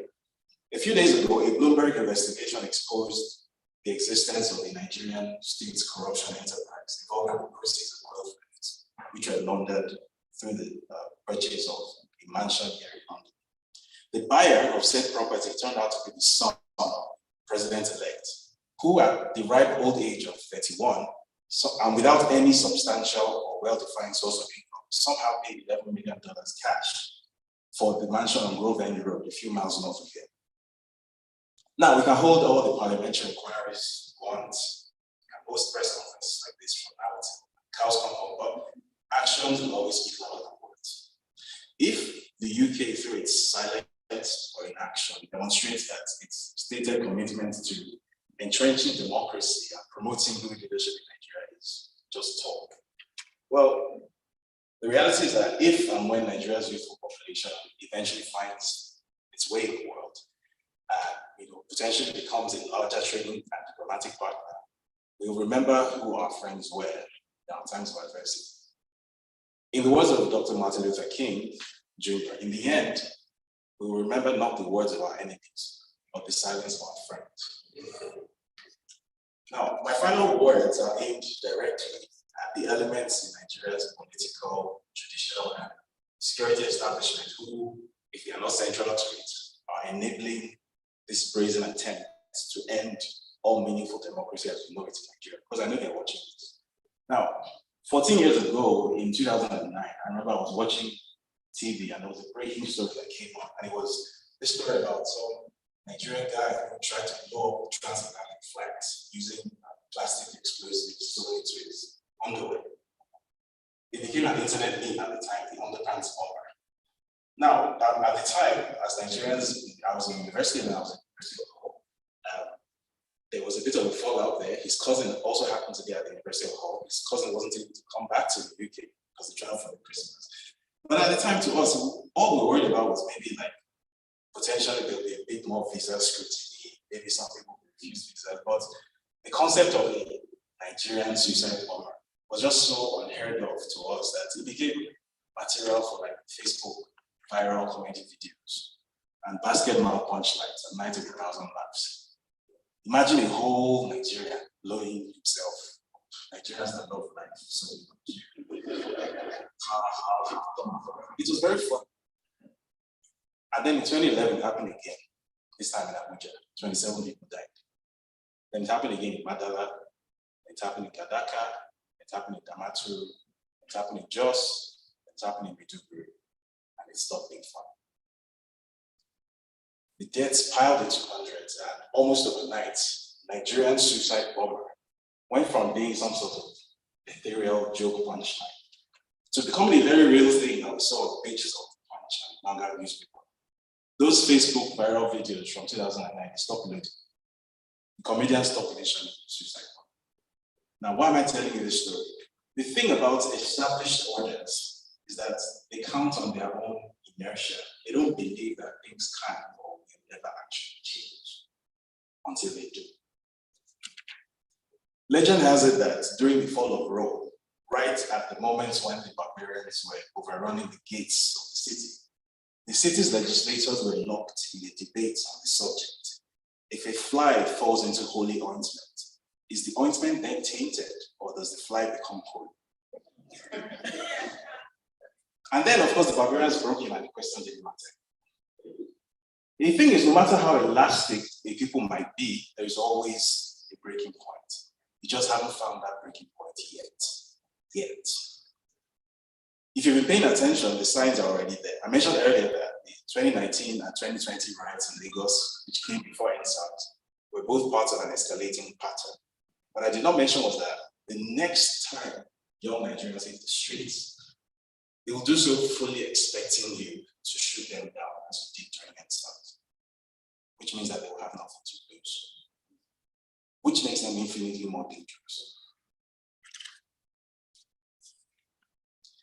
In case you still don't understand what the 2023 election was and is, you should see it as one final opportunity to exit relatively gracefully and leave the young people whom you have failed, hopefully, to clean up the mess that you created. That is all they've asked for with their votes, and you still have the opportunity to avoid making a bigger mess. It's not too late for you to make things right, but having said that, if history is any judge, we know what you're most likely to do. And if it happens that way, well, I've spent 10 minutes explaining how it will inevitably end for you, for us, for Nigeria. And we don't pray for it to happen, but if it does, maybe we'll host another press conference.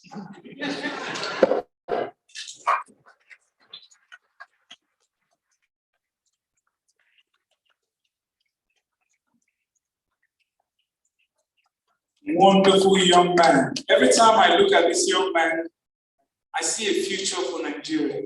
Yes. Every time I look at this young man, I see a future for Nigeria. It reminds me, quite frankly, I don't want to talk about this country. This is my country as well. But it reminds me of people like Tony Blair, and every time I look at him, I say, yes, Nigeria has a future. I'm talking about future. There's a parent here who has been talking to his children about this conference and that Your Excellency, Senator Yusuf Datti Baba Ahmed is coming. And the children said, Daddy, you must take us there, you must take us there. So when he came to me and said, the children actually said, yes, they want to go and greet Your Excellency. I said, okay, I will have to, I need permission from Your Excellency for them to come, but please, where are the kids? These are the future of our country. Please, parents, do this always to our children, the future of our country. They have a lesson at 5 o'clock and they left school. They are still in their school uniform. They left school that they want to meet Your Excellency. Please, all the paparazzis and photographers, please. And I think they are twins, by the way. Yes. Please, paparazzi, photos, please.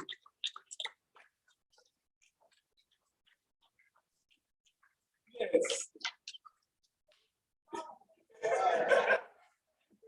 Yes. Yes. Wonderful children. Please, parents, let's do this to our children. The future for Nigeria is bright. It's really, really bright. And when I look at these children, I just see that light shining at the end of the tunnel for our nation.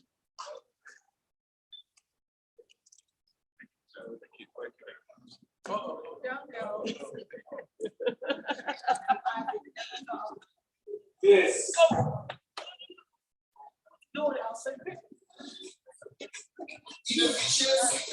Thank you so much. Ladies and gentlemen, O-Sita. When I grow up, I want to be like Senator Datti that they are coming to greet. Can you go greet me, please?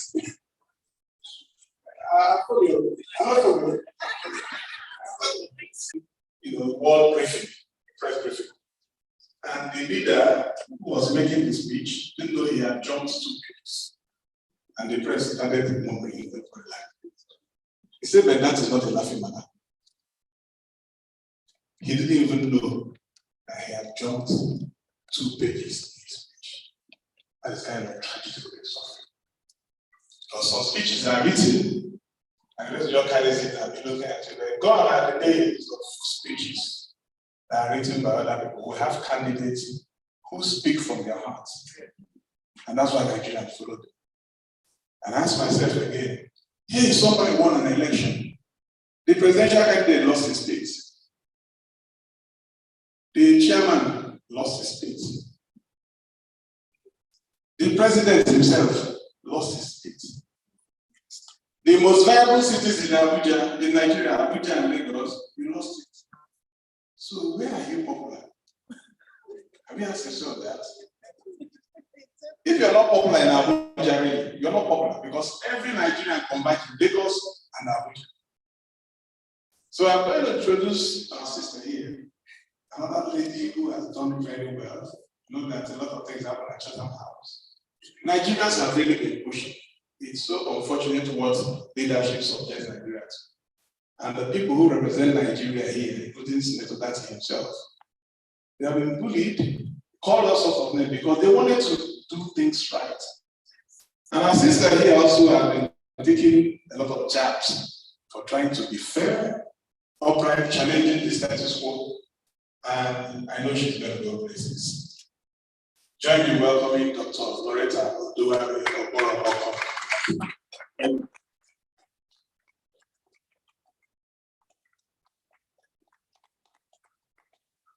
Thank you very much to one of the most hardworking men I've met.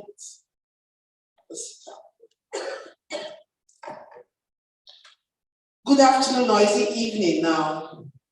Good afternoon, ladies and gentlemen, all protocols observed, and good afternoon to my fellow speakers on the high table. My name is Loretta Oduwari, and I come from a state where we say that we share the 10th kingdom with the United Kingdom, Edo State. That's where you have the second kingdom in this world. And what pains me the most is that sometimes I have to take my daughter to the British Museum to see our own heritage as a people. But I have come to England and I have been a first-generation migrant.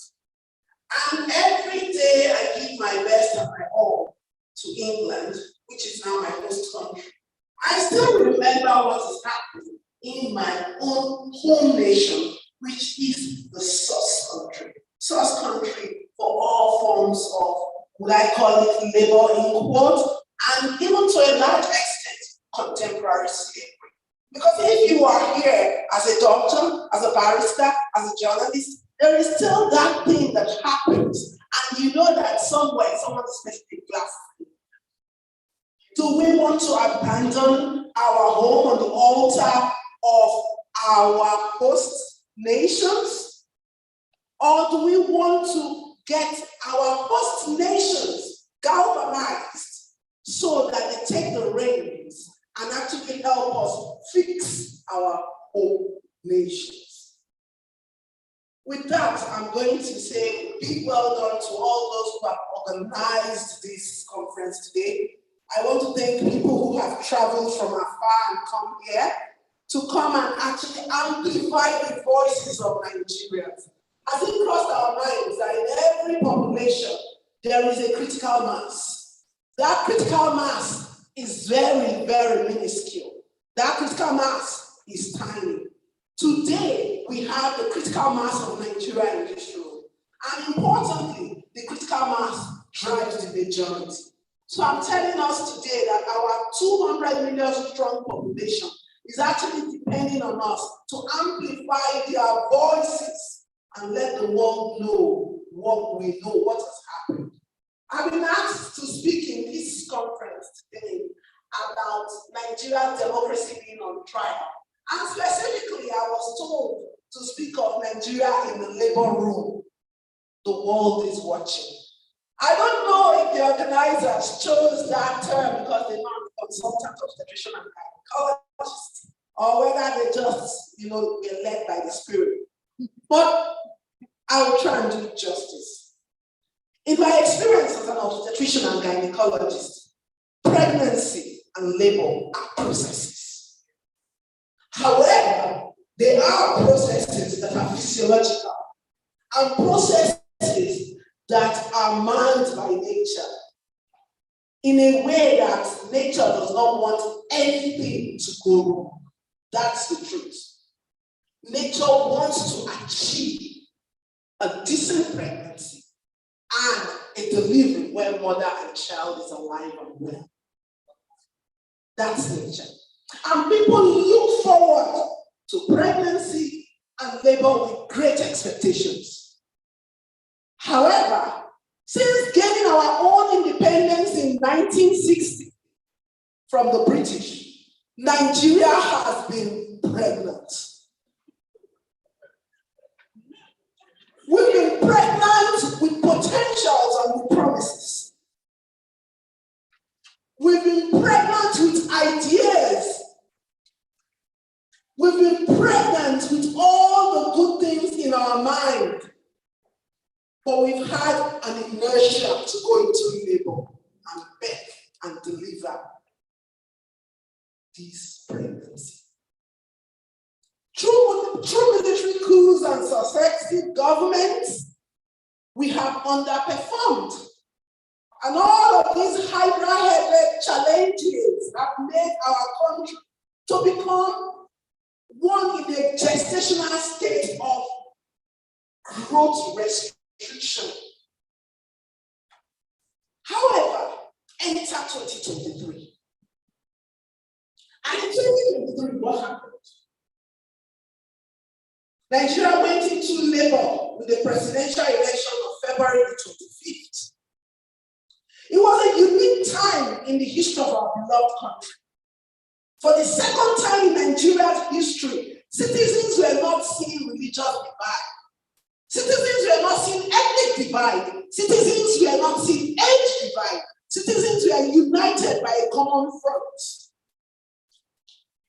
Nigerians took their destinies in their own hands and we headed to the polls. The distinctive characteristics of 2023 is well documented in databases that are public. There was a swelling of all our registered voters. There was increased engagement. And even when I went to the polling unit, I saw my countrymen. I saw my countrywomen. What happened? They came with their water bottles. They came with their chargers. They came with musical instruments. They were determined to stay there and see the end of the county. They believed in Ahmed.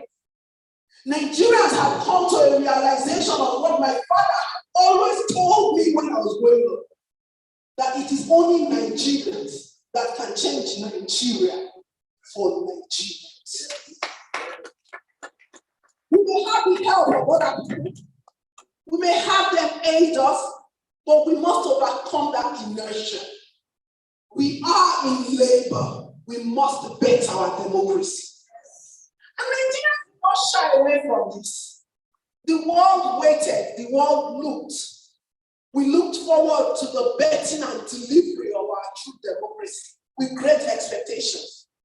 Africa held her breath as the words of Nelson Mandela echoed in our hearts, that the world will not respect Africa until Nigeria earns respect. The Black people of the world need Nigeria to be great as a source of pride and confidence. But what happened? Alas, there was a midwife in this labor process.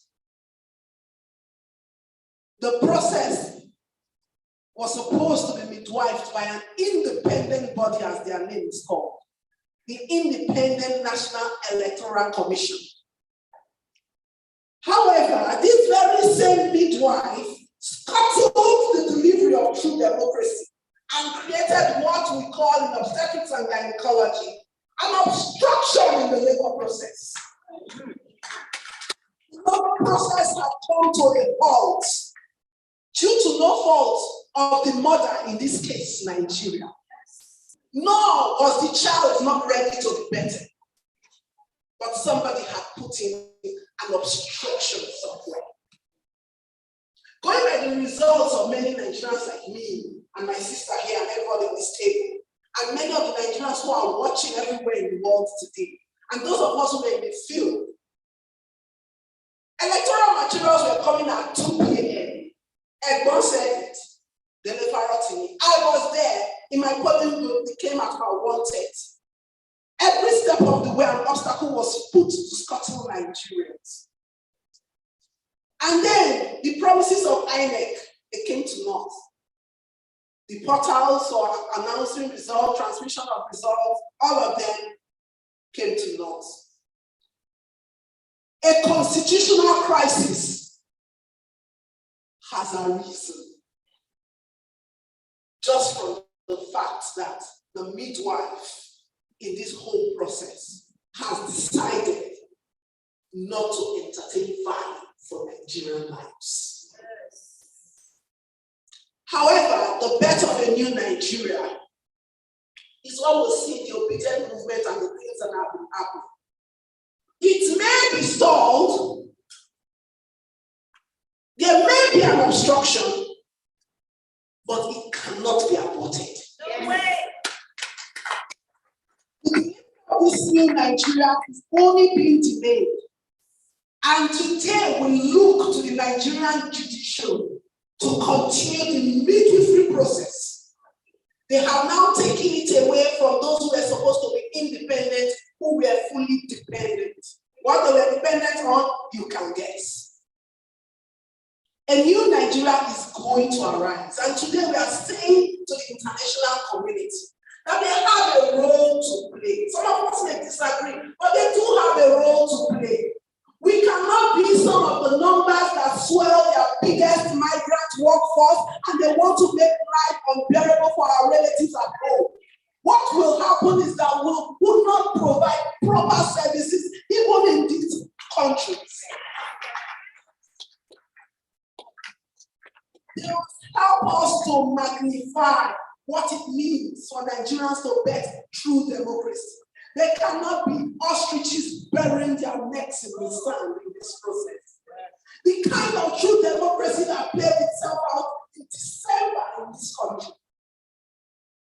Our Prime Minister, Aisha Yesufu, was wishing this country Merry Christmas.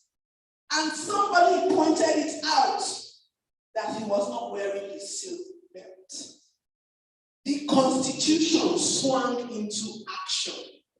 Rishi Sunak was fined and Rishi Sunak paid the fine. Yes, that's correct. That is constitutional work. So why should we turn a blind eye? And I tweeted right back to my Prime Minister when he congratulated current government select. I told him, we in Nigeria are pushing to have this kind of democracy where your people will tell you that, Prime Minister, you have breached the law. You apologize and you pay the fine. You brought us democracy. You must help us see to a logical conclusion. You cannot turn your face to the current constitutional crisis going on in Nigeria. The 200 million strong population of Nigeria are asking what has happened to the birthing of our mandate. And those of us who are going for sub-national government roles in Nigeria, in the next dispensation in our states, are asking, if this can happen at the presidential level, what hope do we have at the grassroots? To birth a new Nigeria into existence, the judiciary, we must look at the example where we find that there's the existence of the judiciary, there's the existence of the armed forces. And we should use these precedents because these bodies exist governed by our constitution. These bodies are better, not subject to constitutional interpretation. Therefore, ladies and gentlemen, and everybody watching, the election of the president cannot be subject to interpretation either, but must strictly be provided for by the law as it is interpreted in our constitution. So, the labor room is being keenly watched by the whole world, this labor room of Nigeria, and our judiciary, who has taken over the battle to resolve the current constitutional crisis, are being watched. They have to indeed rise up to this occasion. And the Western world, who plays host to most of Nigeria's migrant population, either legal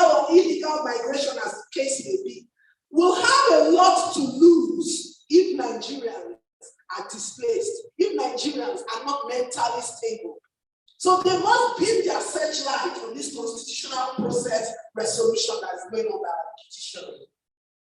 I will modify the words of JFK and say, he did tell us, he said, democracy is not perfect and freedom has got its difficulties. But all this said, we've never had to put up a wall to keep our people in. We are not going to put up a wall to keep in the vetting process and the delivery of Nigeria's democracy. It may look like chaos right now. It may look like there's confusion, but out there to everybody, I'm going to say, keep hope alive. It is a marathon. It is not a sprint. And I'm going to leave us by explaining the story of the phoenix. The phoenix is a bird that rises out of chaos, mythology has it, and rises stronger than when the chaos started. It rises right out of the fire. The current fire we are having in Nigeria's labor room is actually distilling Nigeria. And like the phoenix, this idea whose time has come is going to be better and it's going to rise up from all of these things. Thank you very much.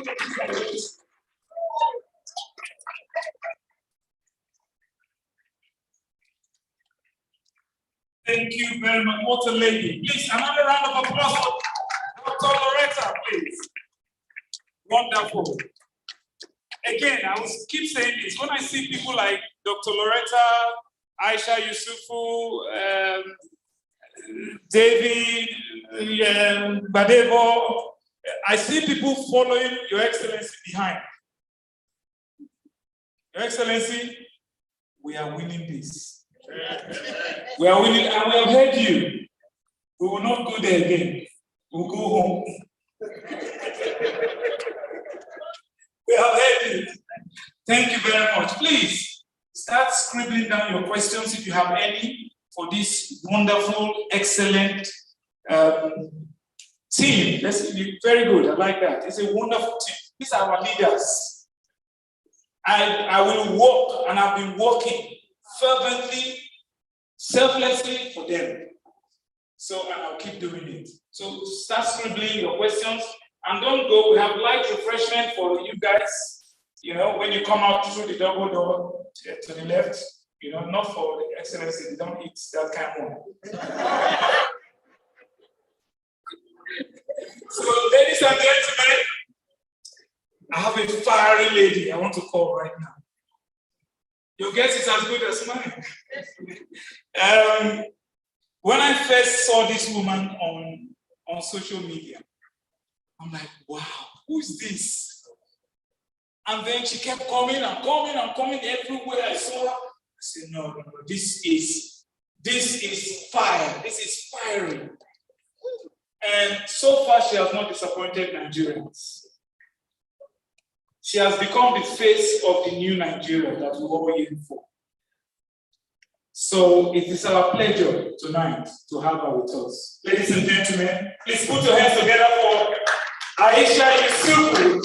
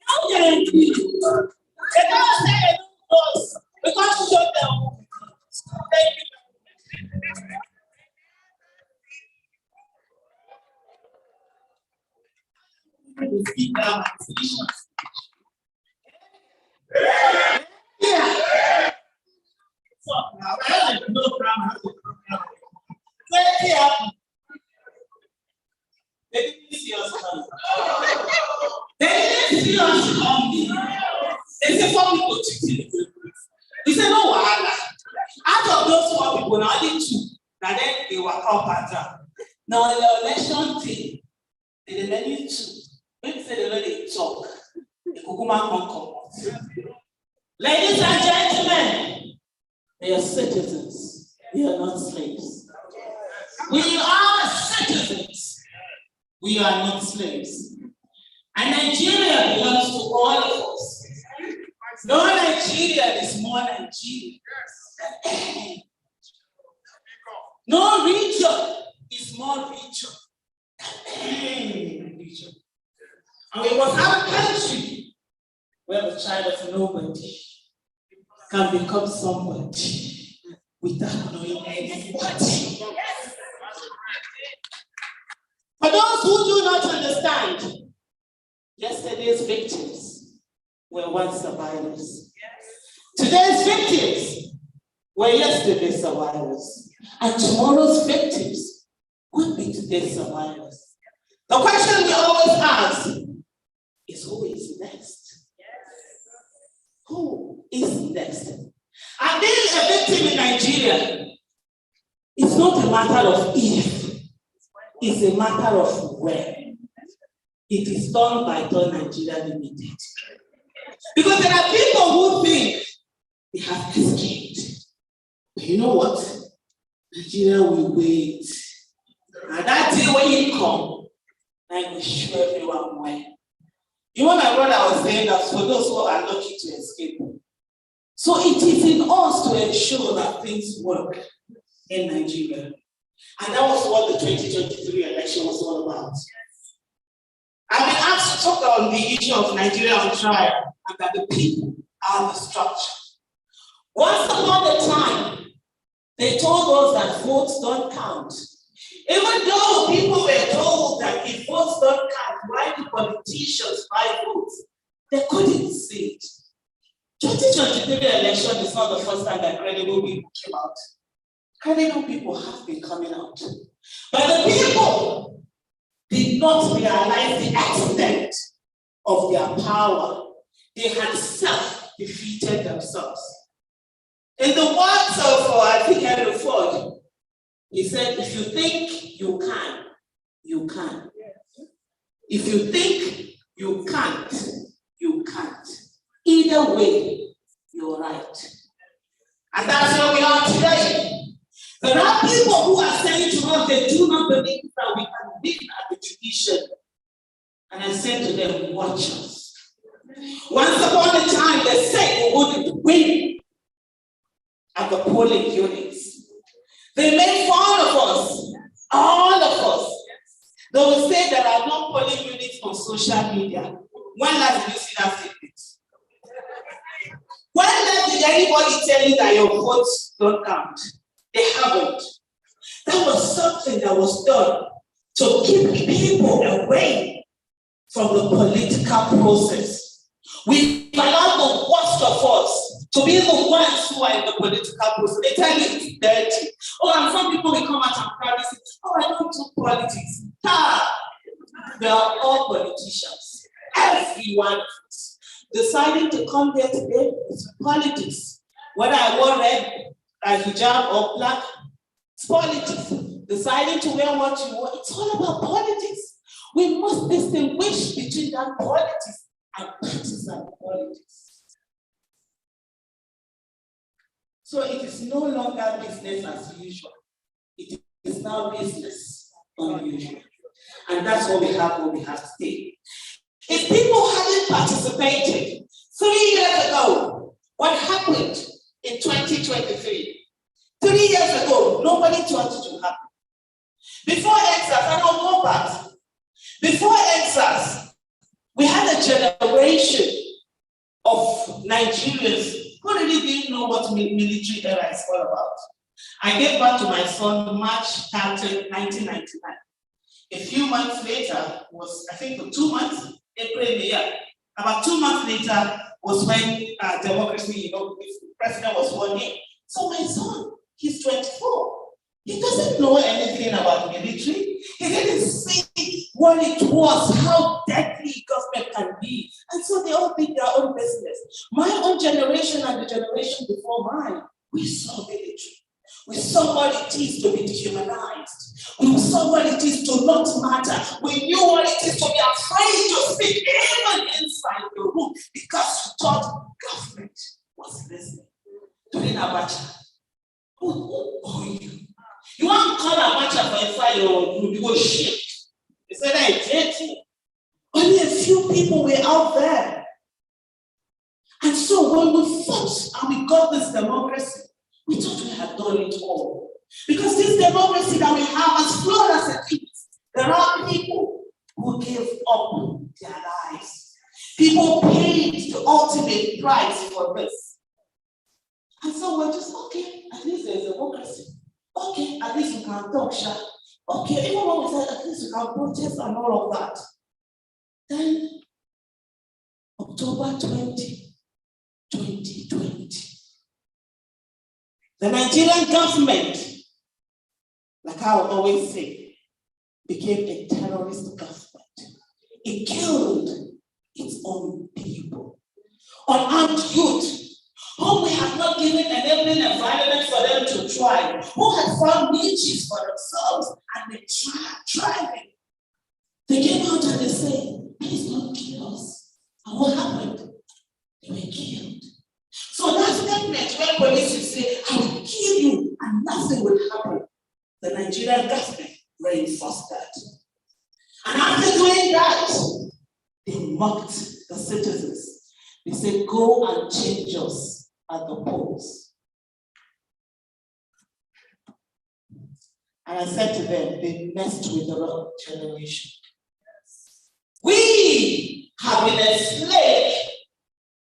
Our parents were enslaved. But we refused to give back to slaves. And we would not allow our children to be enslaved. And so our children said no.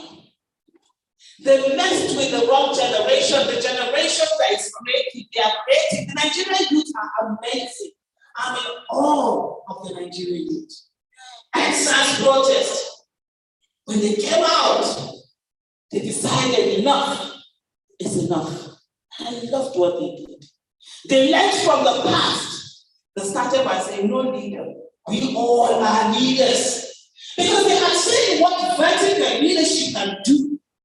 And they know, and they had their horizontal leadership, where everyone is a leader, everyone is doing something. Yes, there were still some teams who were leading. They learned from all the other protests and everything that had happened. And with that, many people say, oh, EXAS was a failure because when people were killed, they left the streets. Protest. Being on the street is not the only way to protest. It's supposed to be the last resort. There are so many ways, and I say to people, there are so many people who are activists, who are behind this, who are doing a lot. But most times we don't recognize them. We only look at the people who come out on the street and they speak. But in different ways. Those who have stolen our mandate, they are the ones running kitty, they run kata. See that song? I see that song again. You want to bam bam? You want to chill with the big boys? Now you don't want kitty, you don't feel doing what I don't call. Nothing I say be now. Nothing I might know that see that song. Me now. The people who are stolen our mandates are the ones who are running all over the world. And let me tell you something, they are running all over the world. They came to Washington, D.C. They spent about 2-3 weeks trying to launder their image, trying to legitimize their mandate, and that must not be allowed to happen. I met a professor who was, they say he's the one, knowledgeable about Nigeria, Nigerian matter. I know we were talking, it was like, hey, the answers that the embassy were trying to tell them that no, the stories they know about answers is not really what happened and stuff like that. And it was like, but Tinubu did not go the same way with the president. And I wish he did. That one that said what people were doing there when people were killed. I mean, it looked about it. So the thing is that they're not just staying back home. They need that legitimacy. They are also walking around. And after I finished speaking in the public, we asked for a meeting. We had like a 2-hour meeting a few weeks after, just talking about this issue. They've been going around trying to launder their image and make it look good. But the thing that we must tell the world is that if the world does not allow military coup, why then they allow political coup? When the mandate of the people is stolen, that is political coup. And we must not allow it to stand. The Committee of Nations and international organizations are ready to call out military coup. They must call out political coup. Because people cannot do all that they're supposed to do and go and vote and watch them being killed. I think it was the High Commissioner to Nigeria, British High Commissioner, that came out and said she found the election fantastic. Oh, my head shake. Sorry. Listen, I'm going to do that kind of. A lady was killed in my own state, in the capital of my state, Benin City. What was her crime? What did she do? She went out to vote and she was killed. Her husband, her widow, her children, they are not orphans. And you come out to say it was fantastic. That was true. I said, no, it's not. And when the British Parliament were talking about the fact that they spent £5 million, taxpayers' money, on the election, I said, we don't need £5 million. The money that they loot and bring in here is much more than £5 million. And I did that video in my capacity of Pennsylvania big mouths. So I keep talking here. I do my video, I say, Madam, well done. Now you don't just say it was fantastic. A few people in Lagos say, what happened during the gubernatorial election? It was a civil war. It wasn't an election. Election did not happen. And if we allow people who still in that way, they will continue to copy from each other and continue to do it more. It's not just about Nigerian election right now. Ghanaian election, other elections, they are in danger. And that's the reason why we must speak up. I will not go to any government and beg for anything now. My business is my Nigerian government. They do anyhow, they will see anyhow. A lot of people say, well, are you not afraid of being killed? The container where they forgive person, the death different. Are we different from those people? I started asking myself who is next in 2014. And I'll come to that. Because there's something that we all collectively forget. And so as it is, we cannot stay away. So for those of you, I will come here, I have business in Nigeria. But for those of you who are British Nigeria, I don't want to say it. I don't know which one wants to end up again. Exactly, sis. Thank you. You need to, it's your government also. You pay taxes. They have foreign policy, whatever, I don't know what those things are called. You need to ask them, what countries are you looking at? Because the out of that £5 million that they pay to Nigeria, whether CSY and all of that, your money is also part of it. So you have a right to do that. And you ask them and ensure that they're giving you answers. Because what we have, if they continue to give enabling environment for people who loot us drug to come to their country and find safe havens and stay there, we'll continue to give. What happens? The same thing. And these are the people that perpetuate themselves in office because they have the money to be able to do that. Why did APC give us Tinubu? Because all you need in Nigeria to be a good government is for the one after you to be worse than you. Yeah. When I see us sit here and we talk about 2014, 2015, as if it was a good period for Nigeria, just because Buhari wasn't? No, it wasn't. People were killed and the government did nothing. December 2014, the National Assembly was attacked by police in a democracy.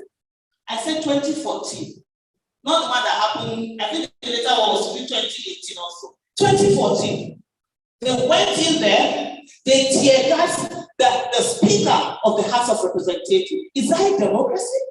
That was the thing that we were supposed to look the other way? Because we are afraid maybe the one coming in will be worse. What was happening was already worse. 276 girls were taken away from their schools. The government did not speak until 19 days after. That same December, considering women and children were taken, 186 of them. On the day that Jonathan went to do his declaration, 48 boys had been killed for Cisco. They were in the assembly and they were killed. We can't tell people to remember 1984 when 2014 was happening. People were being killed at that moment. And they brought Tinubu so that in the next 3-4 years, when things would worsen, we'll look back and say, Buhari could do. We'll not forget what he was doing. Because that's it. All you need to be a good government is for the one after you to be worse. We can't have that. Government must listen. What we have, Dr. Ahmed as a president will always say something. There are two sides of government. The demand side and the supply side. All of us have failed. People do not make demands because of bias. Oh, I voted for him and I cannot talk because Senator Datti, you enter the office to anyhow. You could command no, you go see anyhow. Let's say I vote for you, I feel when you can't go here, the man is I can't carry black. You know, you are going to see PSF. Bros, you go see anyhow. We must get to a place where it doesn't matter whether we voted for somebody or not. When they do the wrong thing, we tell them they did the wrong thing. 2015 election, Buhari did not win that election. Jonathan lost the election he was supposed to win. And when I heard us keep talking about 2014, what was that? He lost an election he was supposed to win. 2011, what happened? Nigerians came out. They rallied round. They said the guy didn't have shoe. Because I'm not just going to be done with it. Because if we continue, those who voted for Jonathan in 2015, I say it all the time, and those who voted for Buhari in 2019 are one and the same. They didn't dare. They wanted to keep enabling bad governance. When you enable bad governance, what happens? Worsens. And that's what we have. So when they want people to come, and then they will feel it's much better. But you know what? That's not the issue. I needed to put that out because we constantly keep referring as if we had one El Dorado in 20. No! I lived in Abuja. We give you an example. Who amongst us remember when they sent letters to schools in Abuja? The terrorists, and said that schools shouldn't open. My daughter was at the Regent Secondary School. They were doing their midterm, and what do you call this, the prize. Early in the morning, my husband called me. He said, are we going to allow her to go? I said, it I know. Because I was thinking about it, he was worried. And so we normally have a conversation. So we called our daughter. I said, see what's happening. My daughter said, Mommy, Daddy, I'm going. She said, I worked hard and I'm going to collect a prize. And nobody will deny you collecting that prize. And let me tell you, and I'm telling you from the deepest part of me, I lived in Abuja. I took my daughter to school that day. And I said to myself, even if I go to that school, and I carry a body back home, not a child, I would not feel anything because I will not allow any terrorist to put fear in my daughter. She was 12 years old that time. I'll give you another example. During that whole campaign, during the whole bombings in Abuja, after there was a day I walked into the mosque, Emma Plaza. When Emma Plaza happened, I was there that morning. If the terrorists had come in the morning, I would have been evicted. It was in 2014 I started saying, who is next? On that day, I had gone to, there was a day I had gone to Emma Plaza, Barnes Plaza. It was 4, and I needed to go and pray. And I was walking into the mosque. A Muslim woman wearing hijab, going into the mosque. And the guy was looking down, he looked up, and he was frightened. A Muslim man in a Muslim mosque, seeing a Muslim woman wearing her long hijab, and he was frightened. That was in 2014 we had in Abuja. So please, let us focus. Whether we voted, because the bias is what has kept us back. And if we continue with it, if we continue to keep us back, political bias. Oh, because I'm supporting Labour Party, they will do something I won't talk how. Or maybe religious bias, or because I'm a Muslim. When killings are happening in Southern Kaduna, I will not say anything. Or no, because I'm a Christian. When killings are happening in Zafara, I won't say anything. Or I will talk about Judiciary, I won't talk about DBOG. These are the things that have kept us back, and we need to learn them, honestly. But having said that, is to say, people tell me they are depressed about 2023 election. How? You can't be depressed. How? Did you see what you did in 10 months? Just 10 months. See the way the political scene has been changed, and it will have been changed forever. See what you brought in. See what participation did. When we kept shouting that the game changers are going to be the youth and Nigerians in the diaspora. They're not fit to that now. They're not fit to intimidate now. They can't bring the exercise. And guess what? When I get money, your £1 is my 900 and something naira. My son started school in his year 10 in UK. My son is dyslexic, by the way. So we needed to take him out of Nigeria to get into a system that would really give him the education we needed. When he came in 2013, pound was how much? 250 naira, 240. Abi, 2013. Before he started his year 10, did his GSE and all of that. By the time he was finishing university, pound had gone to 800 and something, 700 and something. So that's where we all are. We are all affected by what is happening back home. A lot of people back home, we ask you to send them money. You're looking. Nobody will move for Nigeria, reach Nigerians in diaspora. Nobody will move reach there. You know, say, bros, they talk about Mumu don't. Nobody will move reach. They will say, now they work how many jobs? We not get holiday. Honestly, Senator, I've been in DC since March 24. I never see holiday. Every time when they talk to my husband, they say we are two. Salah break, Easter break, this, that break. I never see. You guys work all this hard. You send the money home. People who will sit down, they will not participate in the political process. They will keep asking you. You play God, you play government. And you're feeling cool. And they ask me for money, I send it to them. You are enablers. Enablers of bad behavior. In 2019, I said to myself, I will no longer be stopped up for people who refuse to hold their government accountable. If you don't hold your government accountable, bear the consequences. Some of them will tell you, no, you know Nigeria matter. You need to pray. I said, you know how they don't see that money they pray now. Money will come into them. Because we're a nation. I do get it. Poverty has been weaponized. Illiteracy has been weaponized. Poverty, illiteracy, and religion has also been weaponized. But we also must begin to give people ultimatum. That's fear of influence. I think it's GRV that said something about that. We must begin to use it. You said about $30-something billion to Nigeria, all of you connected.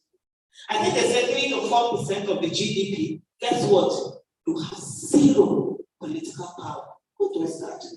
We need your money in Nigeria. They're using it. They don't have any political because they don't allow you to vote. Why would someone spend $3 billion to go back home to go and vote when we have embassies here?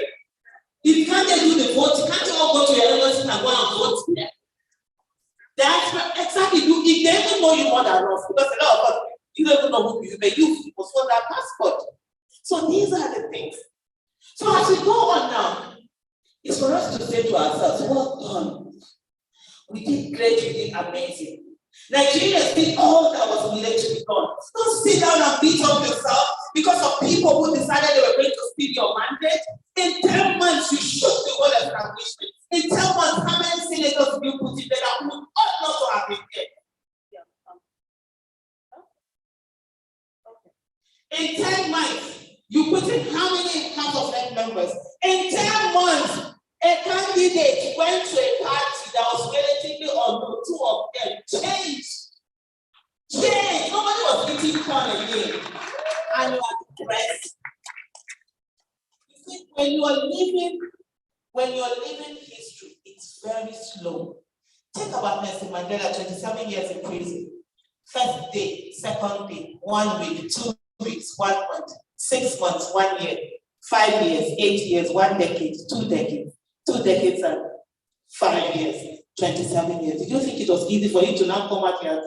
It takes so long. It's almost as if you're not doing anything. But one of the things that must be remembered is the small wins. Take the small wins. Look at the things that have been done. Everybody is interested in petition. I've never followed an petition before, an electoral petition. Who cares? Isn't that amongst the lesser evil? We always choose between the lesser evil. We knew that. Okay, out of this, let's take one. Nobody. But still, everybody is a lawyer. We know the grounds. Even Peter Obi, now we know the petition. Peter Obi went to petition. Let's even now we know that because we are checking them. They will do something. They say no. Focus on the issue. That's amazing. That's something. That's great. And don't ever let us assume that we will not get our mandate back. We've never focused on the judiciary. We've always taken our mandate, our request to. I'll soon be rounding up now. We've always taken our mandates to the executive, to the legislative. We've never focused on the judiciary. This is the time we are focusing on the judiciary. I don't trust the judiciary. People are saying, do you two now love here? Am I in a romantic relationship with the judiciary? Why do I need to trust them? All I need to do is to overwhelm them with the evidence to the extent they cannot do anything other than the evidence before the court. As simple as ABC. One of the things that they always, for you not to participate, they will tell you not to have confidence in the system. Why are they going to the judiciary? Go to the judiciary. Go to the court. We don't go court. Now people say when we go court, and they know they show for court. And then when they fear.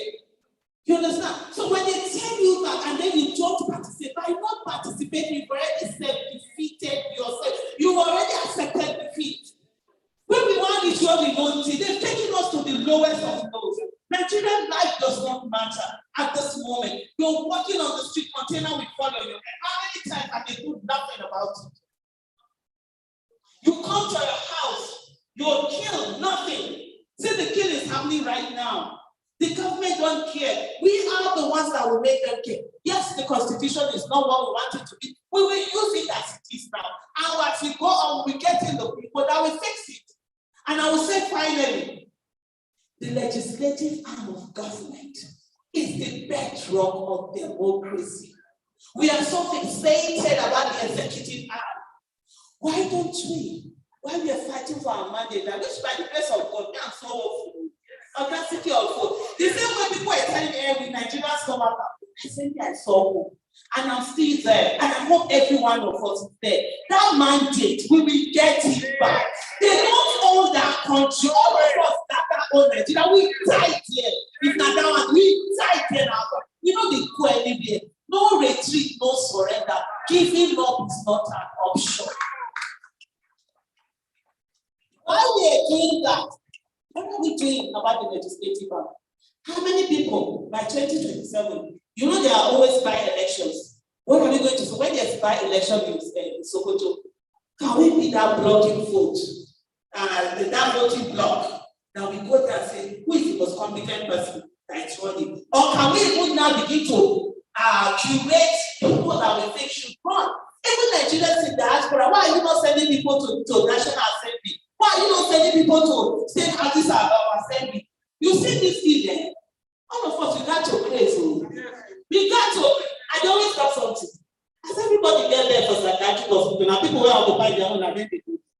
You see these people, they make this election look like one thing. You participated in the last 10 months. Was there any special thing? Is there anything they know how to do? They couldn't. You beat them at the game they have been beat for decades. So the extent they had to still go fully, and there's so much evidence. Ladies and gentlemen. Ladies and gentlemen.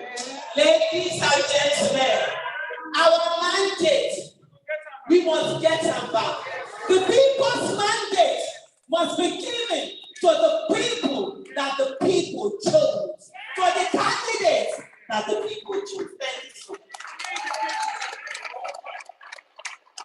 Round of applause for this wonderful woman that, you know, if I raise my hand, I will not wait who I be.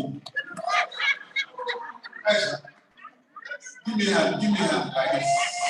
That's so, yeah!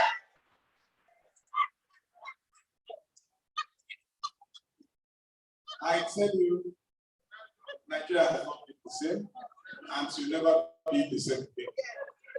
Everybody's feeling the heat. Why are people running from pillar to post looking for who to congratulate? Nigerians know how to celebrate their leaders, and we also know how to reject our leaders. If we win election, party for those that. Why are Nigerians not celebrating, going to visit the person, looking for a job? Everybody's just quiet. So, what is going to happen here is that the way we are will change, because our move, we don't take away. No more move. Abi? There's somebody who has been here, who will always be here, who has done so much, who continues to do it, even as he's getting well. I don't know how he manages to do it, but I'll learn before we go from here. How can it be 70 something? Then me, we never had it. I'm moving longer than me. It's not possible now. It is unfair. Area Afada himself, he produced it. We want an only. Tell me, good time.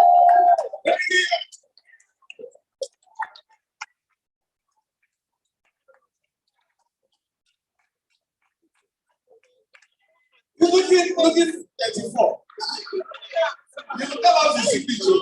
It's part of the bill. Hey! Hey!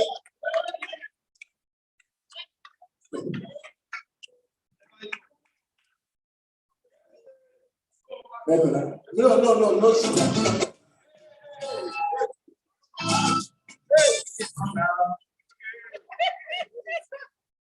No, I can, no.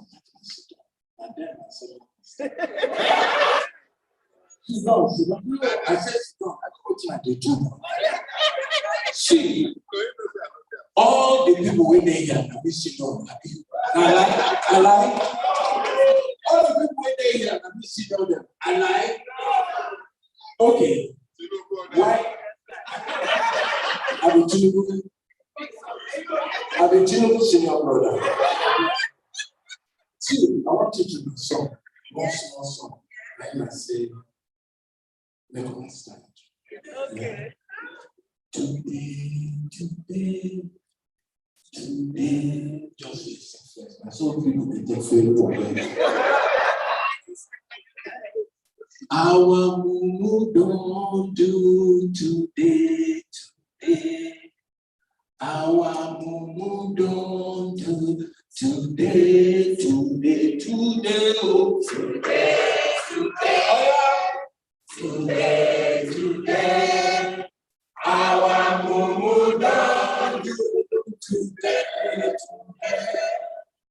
Our mumu don't do today. today. I will know. I sit down, make me sit down. Time don't go. And you get people who come from far and they need to go home. I see say when you 7 days outside, they wait for us. See, it's a privilege to sit at the high table with people like this. Believe you me, and all these people where they here and then they inspire me. And they tell my Peking them say, Peking, we don't know waiting killing Papa. That same thing will kill that Peking. I be not alive. Peking, we don't know waiting killing Papa. That same thing will kill that Peking if you not take time. You see, as you see me here, again, Peking, you know, see, Peking, they don't change now. You know, they talk to them anyhow. You sit down and negotiate with them. Maybe that time where our papa, our fathers, they tell us, kneel down, go here, come back, come do this, do law, no do law, do medicine. Not like that, or you know they like that. So, and they focus on my grandchildren. And they tell them, they see, as you grow up, I won't make you be like Aisha.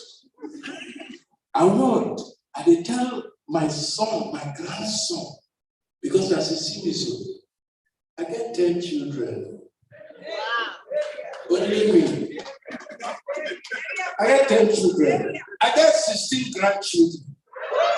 I won't bring the temperature down because everybody on this table will not talk waiting as talk. So there's nothing to talk. And when you deal with intelligent people, when you don't bump the king, when they represent, when they do, when they make you proud every time you see them. Just sit on one side, they meet them. They say, oh, God don't bless me. And truth, God bless me. Because I remember 6 years ago, when I told the thing, I said, what is the worry Nigerian news? Why did they behave like this? I will construct that song, whether they have moved on to. But nobody saw it coming for this one. As he said, the consciousness don't rise. As he said, the thing we would never ever expect for our country don't really happen. And nothing made me so proud of the exceptional Nigerian youth than to know, say, true, they've woken up from their slumber. I want to take this opportunity. We're going to watch somebody on the side table who keeps embarrassing me, calling me an old man. I'm not an old man. Because if I say, let me and you, please sit up here, and I will see what will happen. I'm not an old man. Please, point of correction. Don't stop. Now you are the talk about. Stop doing that. I don't like that.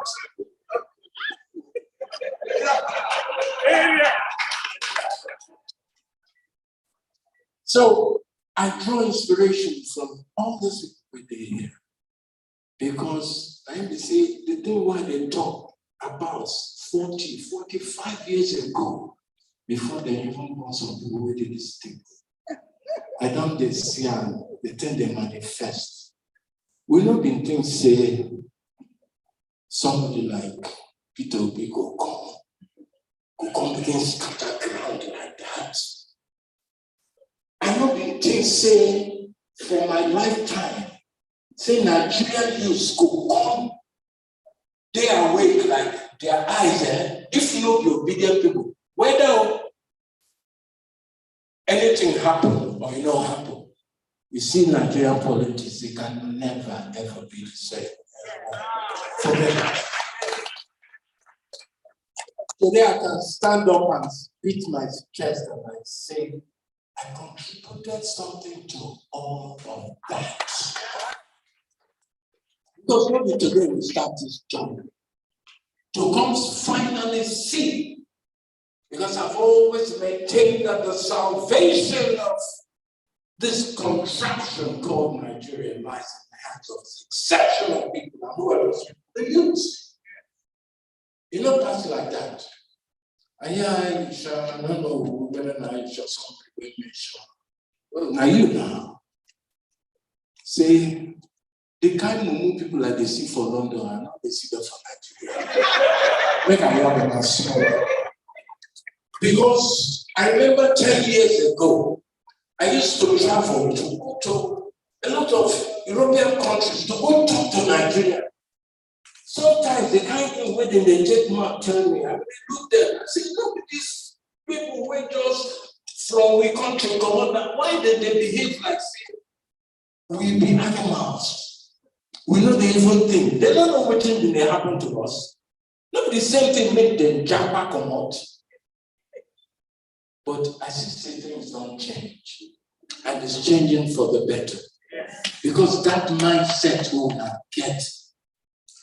You don't they drink and they will keep up. Like everybody don't talk. I said they don't talk everything I'm supposed to talk. I'm proud of all the people that have spoken today. Because the bottom line is that, well, if we be here, inside on our blood, when I don't remember say, I get a home called Nigeria. When I get here, because you guys are used to things working well, 24 hours light. When I no be bad though. If I no get where to go call on our home, I'm sorry for them. And the people that are aiding and abetting all these criminals waiting for our land. See, I will tell them something. She Indian man come down the road there. They know say that kind of thing will happen. I give you prediction. In the next 15 years, Nigerian people do this country. They will rule this country. And they will see shame. They will see shame. I'm telling you. Go and write it down. Say, because in every sector, name the sector, I bring something on waiting. The percentage of Nigerians that you find all over the globe is amazing. Yes. We can't have all of that. And our country to just do like that. The other day, our principal, Peter, he come visit me. Now, I know say, I've been talk say, my kidney not the work again. So some people, they think say, I can play. They don't say, I get issues. Me, I not they hide myself. Because if you hide sickness, sickness will hide you. So I hide myself. You understand? And I know say, I better stop that breakdance. I know say, I have inspired, I've made a lot of men come out to talk about their problems. That ordinarily, with my openness, I know what I did do. So I can't finish successful surgery. I can't do.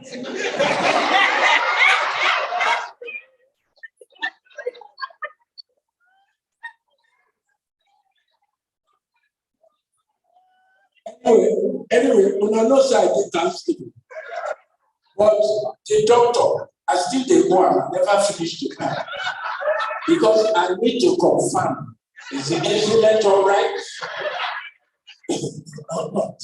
I never confirmed that. But what I wanted to say, it was heartwarming that my principal, our principal, finally came to say, well done.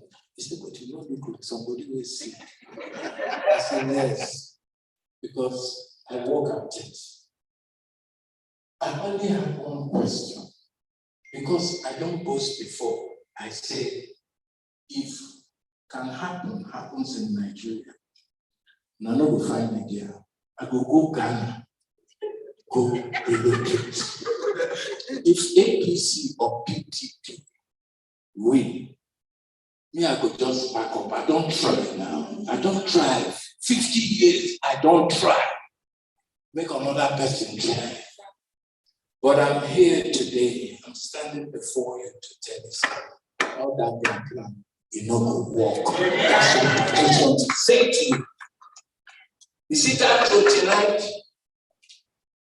They will not say they get something way past, because this is not about His Excellency here about Obi. No, the thing way past them. Don't be proud. Okay? Everybody eye don't open. It cannot be like Aisha keeps saying. That's a big business unusual. But today is a very proud day for me, because all the work of the past 50 years, I'm beginning to see it come to fruition. And I'm beginning to feel more confident that it's in my lifetime that this is happening.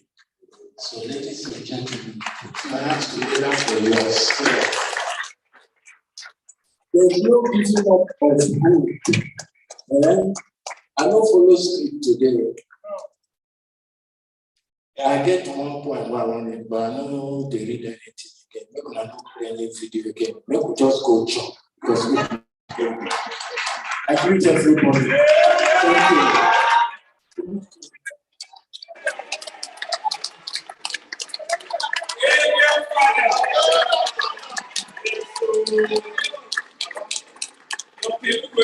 Thank you. God bless you. Please, thank you for that round of applause.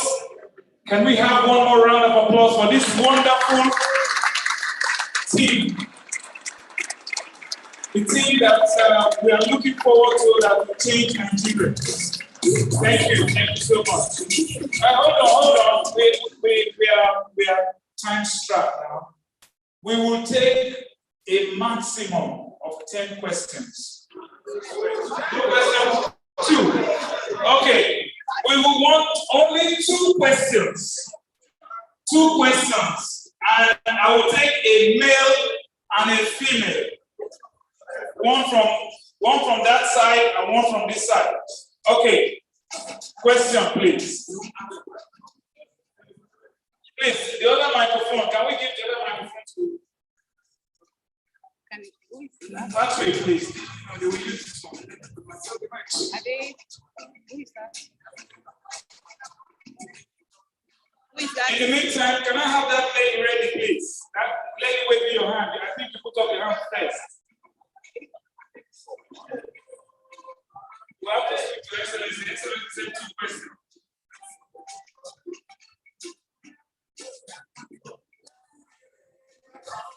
Microphone, please. Where's the microphone? All right, come forward, please. Come forward. Okay.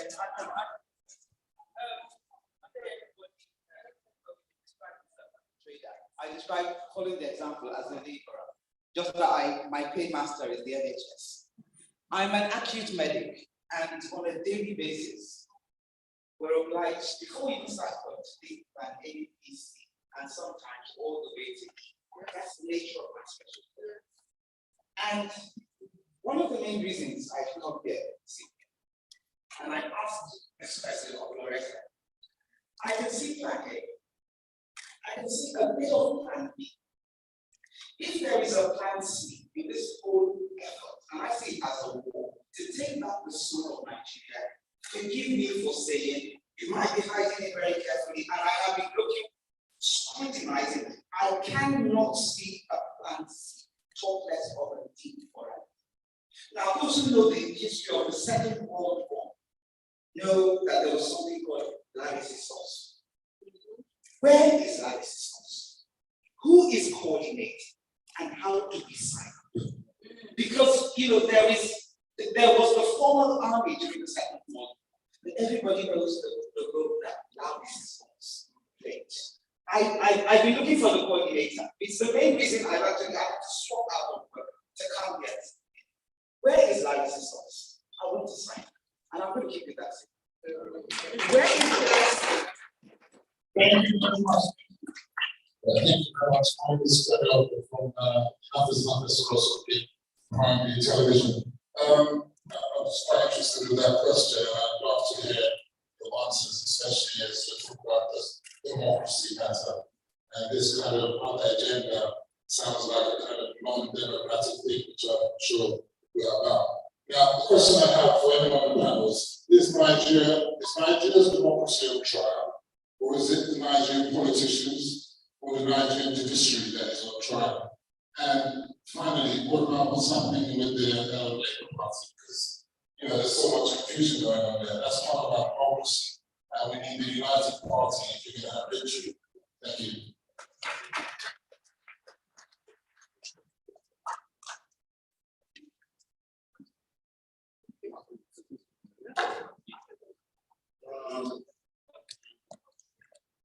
For the first question,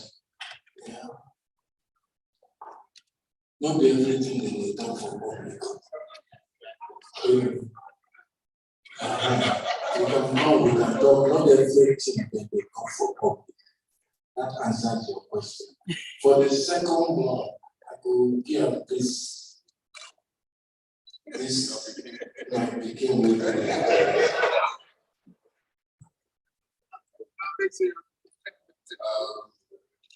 you don't say Baba na old man, so that first question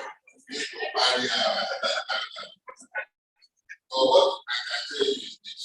You remember this for they say that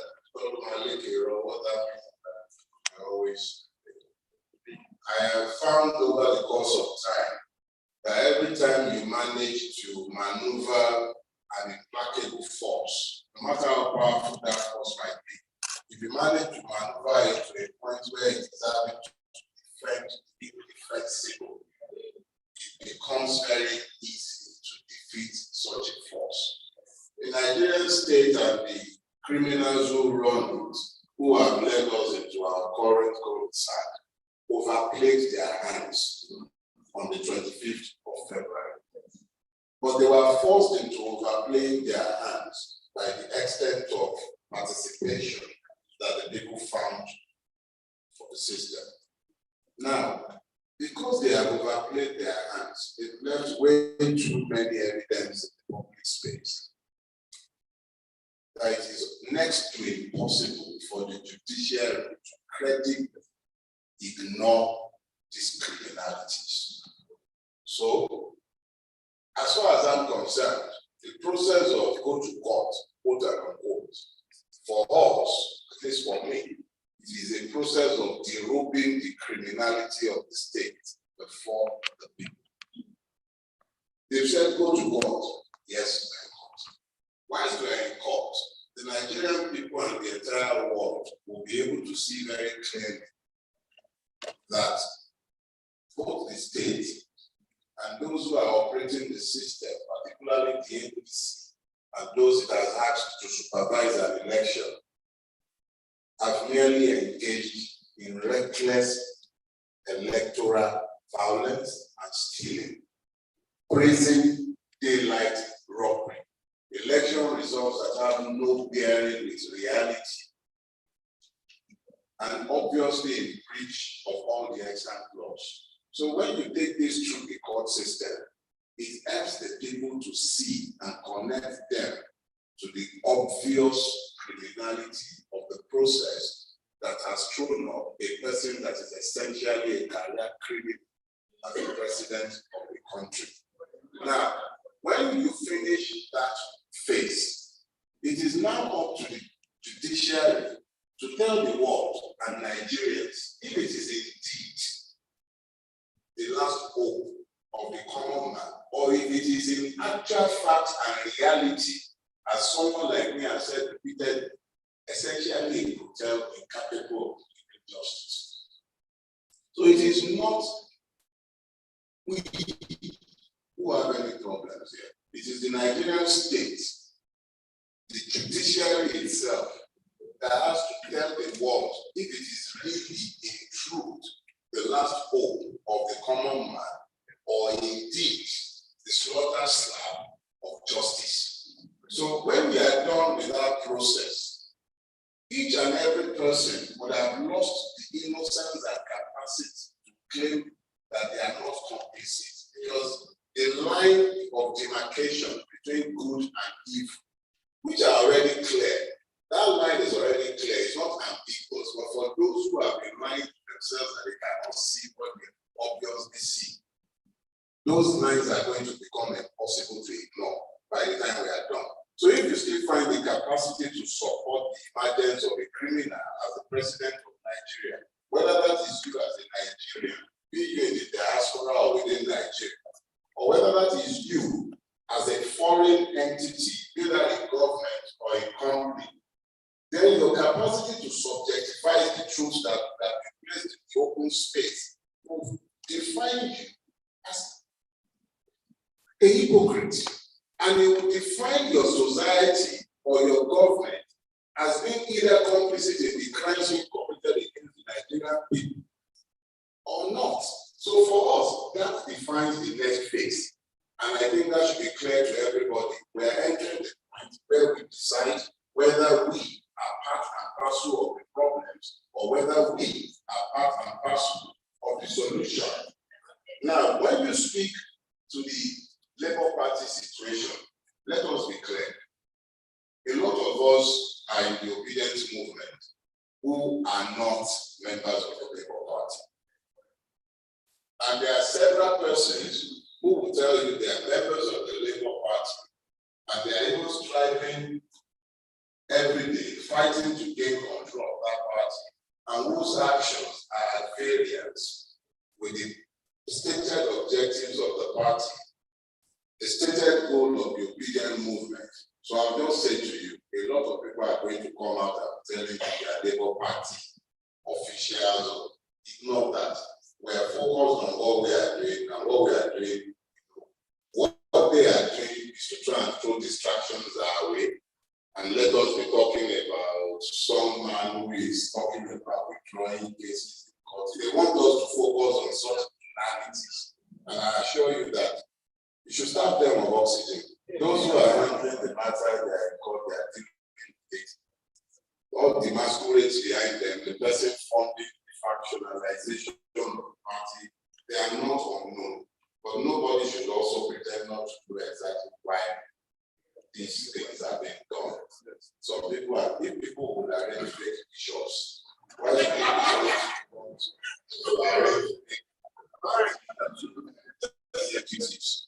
So that is as far as I dealt with it. I guess we don't thank you very much.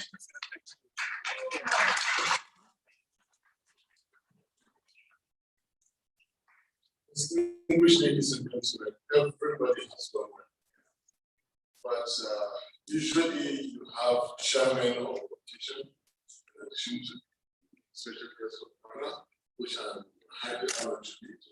I can arrogate myself as chairmanship. To bring this to a very good end, I would like to say that the common man, not the judiciary, is the last hope of the common man. Really. I'm telling you this as a victim before, as a litigant now, and as a possible victim at 3 knots again. You see, there is nothing that cannot happen. I don't want to be this in Nigeria, but there's really nothing that can happen. The sun and the moon are celestial objects high up in the sky, and they both emit light at various degrees or intensity. So, in daytime, when there is cloud cover, somebody says it is at night. If you don't like it, go to court. In a bright moonlight, where you can see face to face, they say it's sunlight. If you don't like it, you go to court. The meaning of in each of at least 2/3 of the states of the liberation which has been defined And the meaning of and can be changed. It was bright, it was daytime. There was cloud cover. It looked dark. So look, and Nigeria and doesn't mean plus. It means minus. If you don't like it. And when you go to Portugal, the only thing they know is that this man will not just like it. Now, it is easy to talk tough. It is not easy to act tough. That's why I say the common man is the last of the common man. If you think judiciary will come and give you democracy, wake up. The judiciary has to see you that yes, you are a respectable, democratic, self-loving, societal meaning common man before the judiciary will respect you. If the judiciary does not respect you, they'll throw anything your way. So everything nice about this common man. Is this common man going to sit down and in 14 days' time, the meaning of and would have changed? That is it. Yes, the question from the very brave lady I saw from the NHS.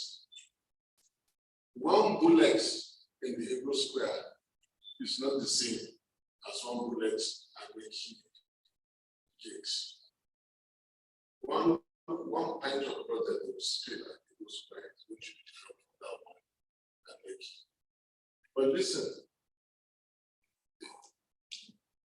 is this going to come easy?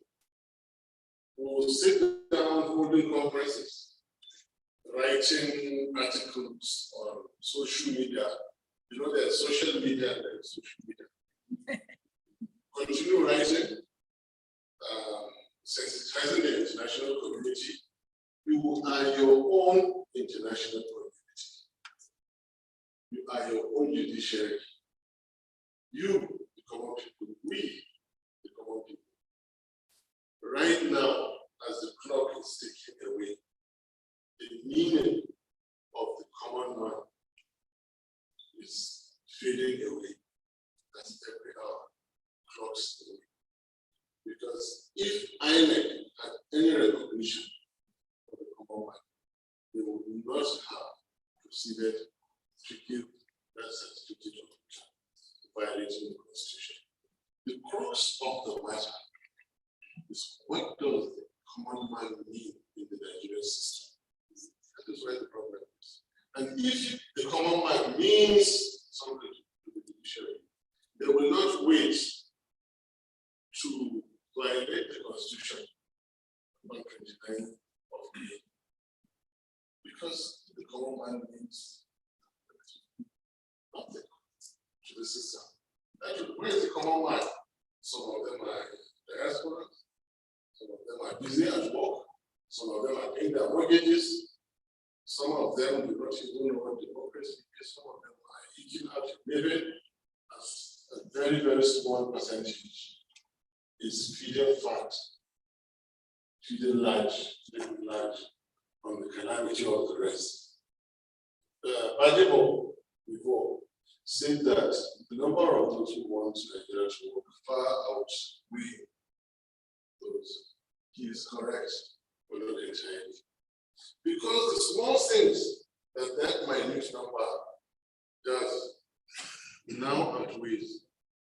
One irresponsible administrative rascal chairing INEC threw us this problem. Only one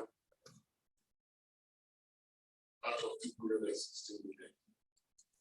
And we are in courts, the constitutional breach and everything, where are the Nigerians who want something to work? If you are nowhere to be found, they will sweat this man here. If you are nowhere to be found, that is the end of the business. If you are nowhere to be found, we are holding conferences, read what I'm saying.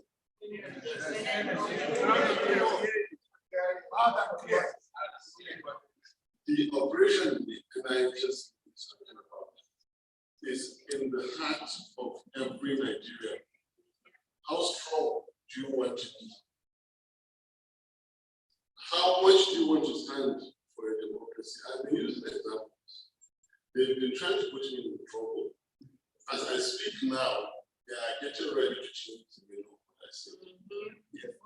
And when I held a press conference, they asked and I answered, I am not going to help like this.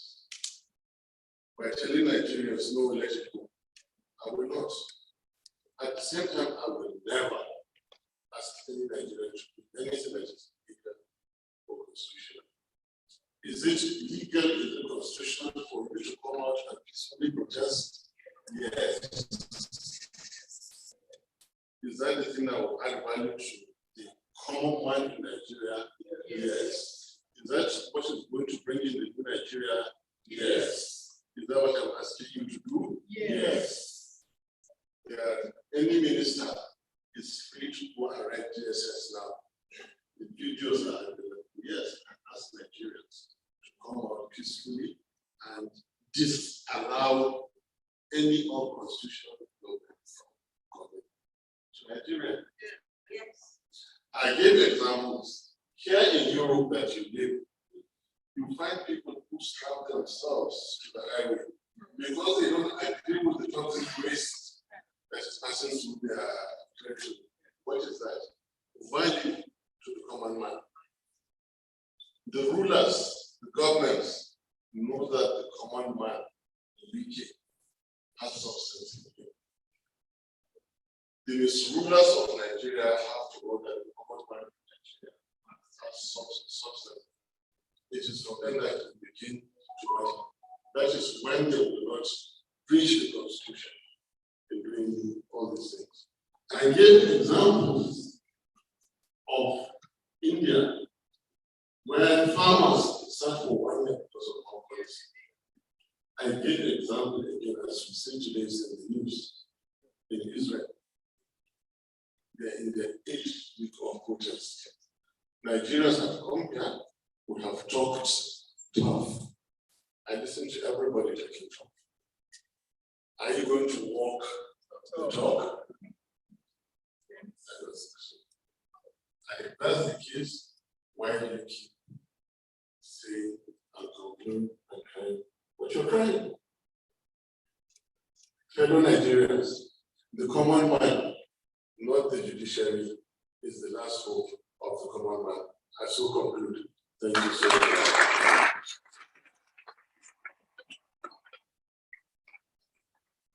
On that note, we all rise and sing the national anthem, and then we can bring this conference to a close.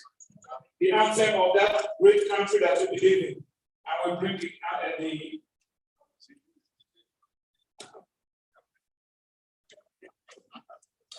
please, DJ, please.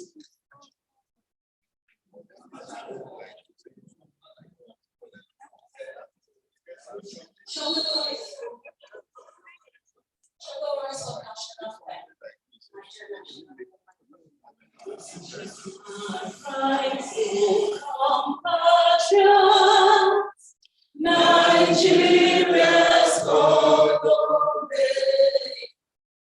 to serve our Father God with love and strength and faith. The labor of our heroes past shall never be in vain. To serve with heart and mind, one nation bound in freedom, peace and unity. Thank you very much. Thank you for that. Please, if we have small chops outside, please don't go without eating them. They will be useless if we leave them. And the press secretaries, you can do for this.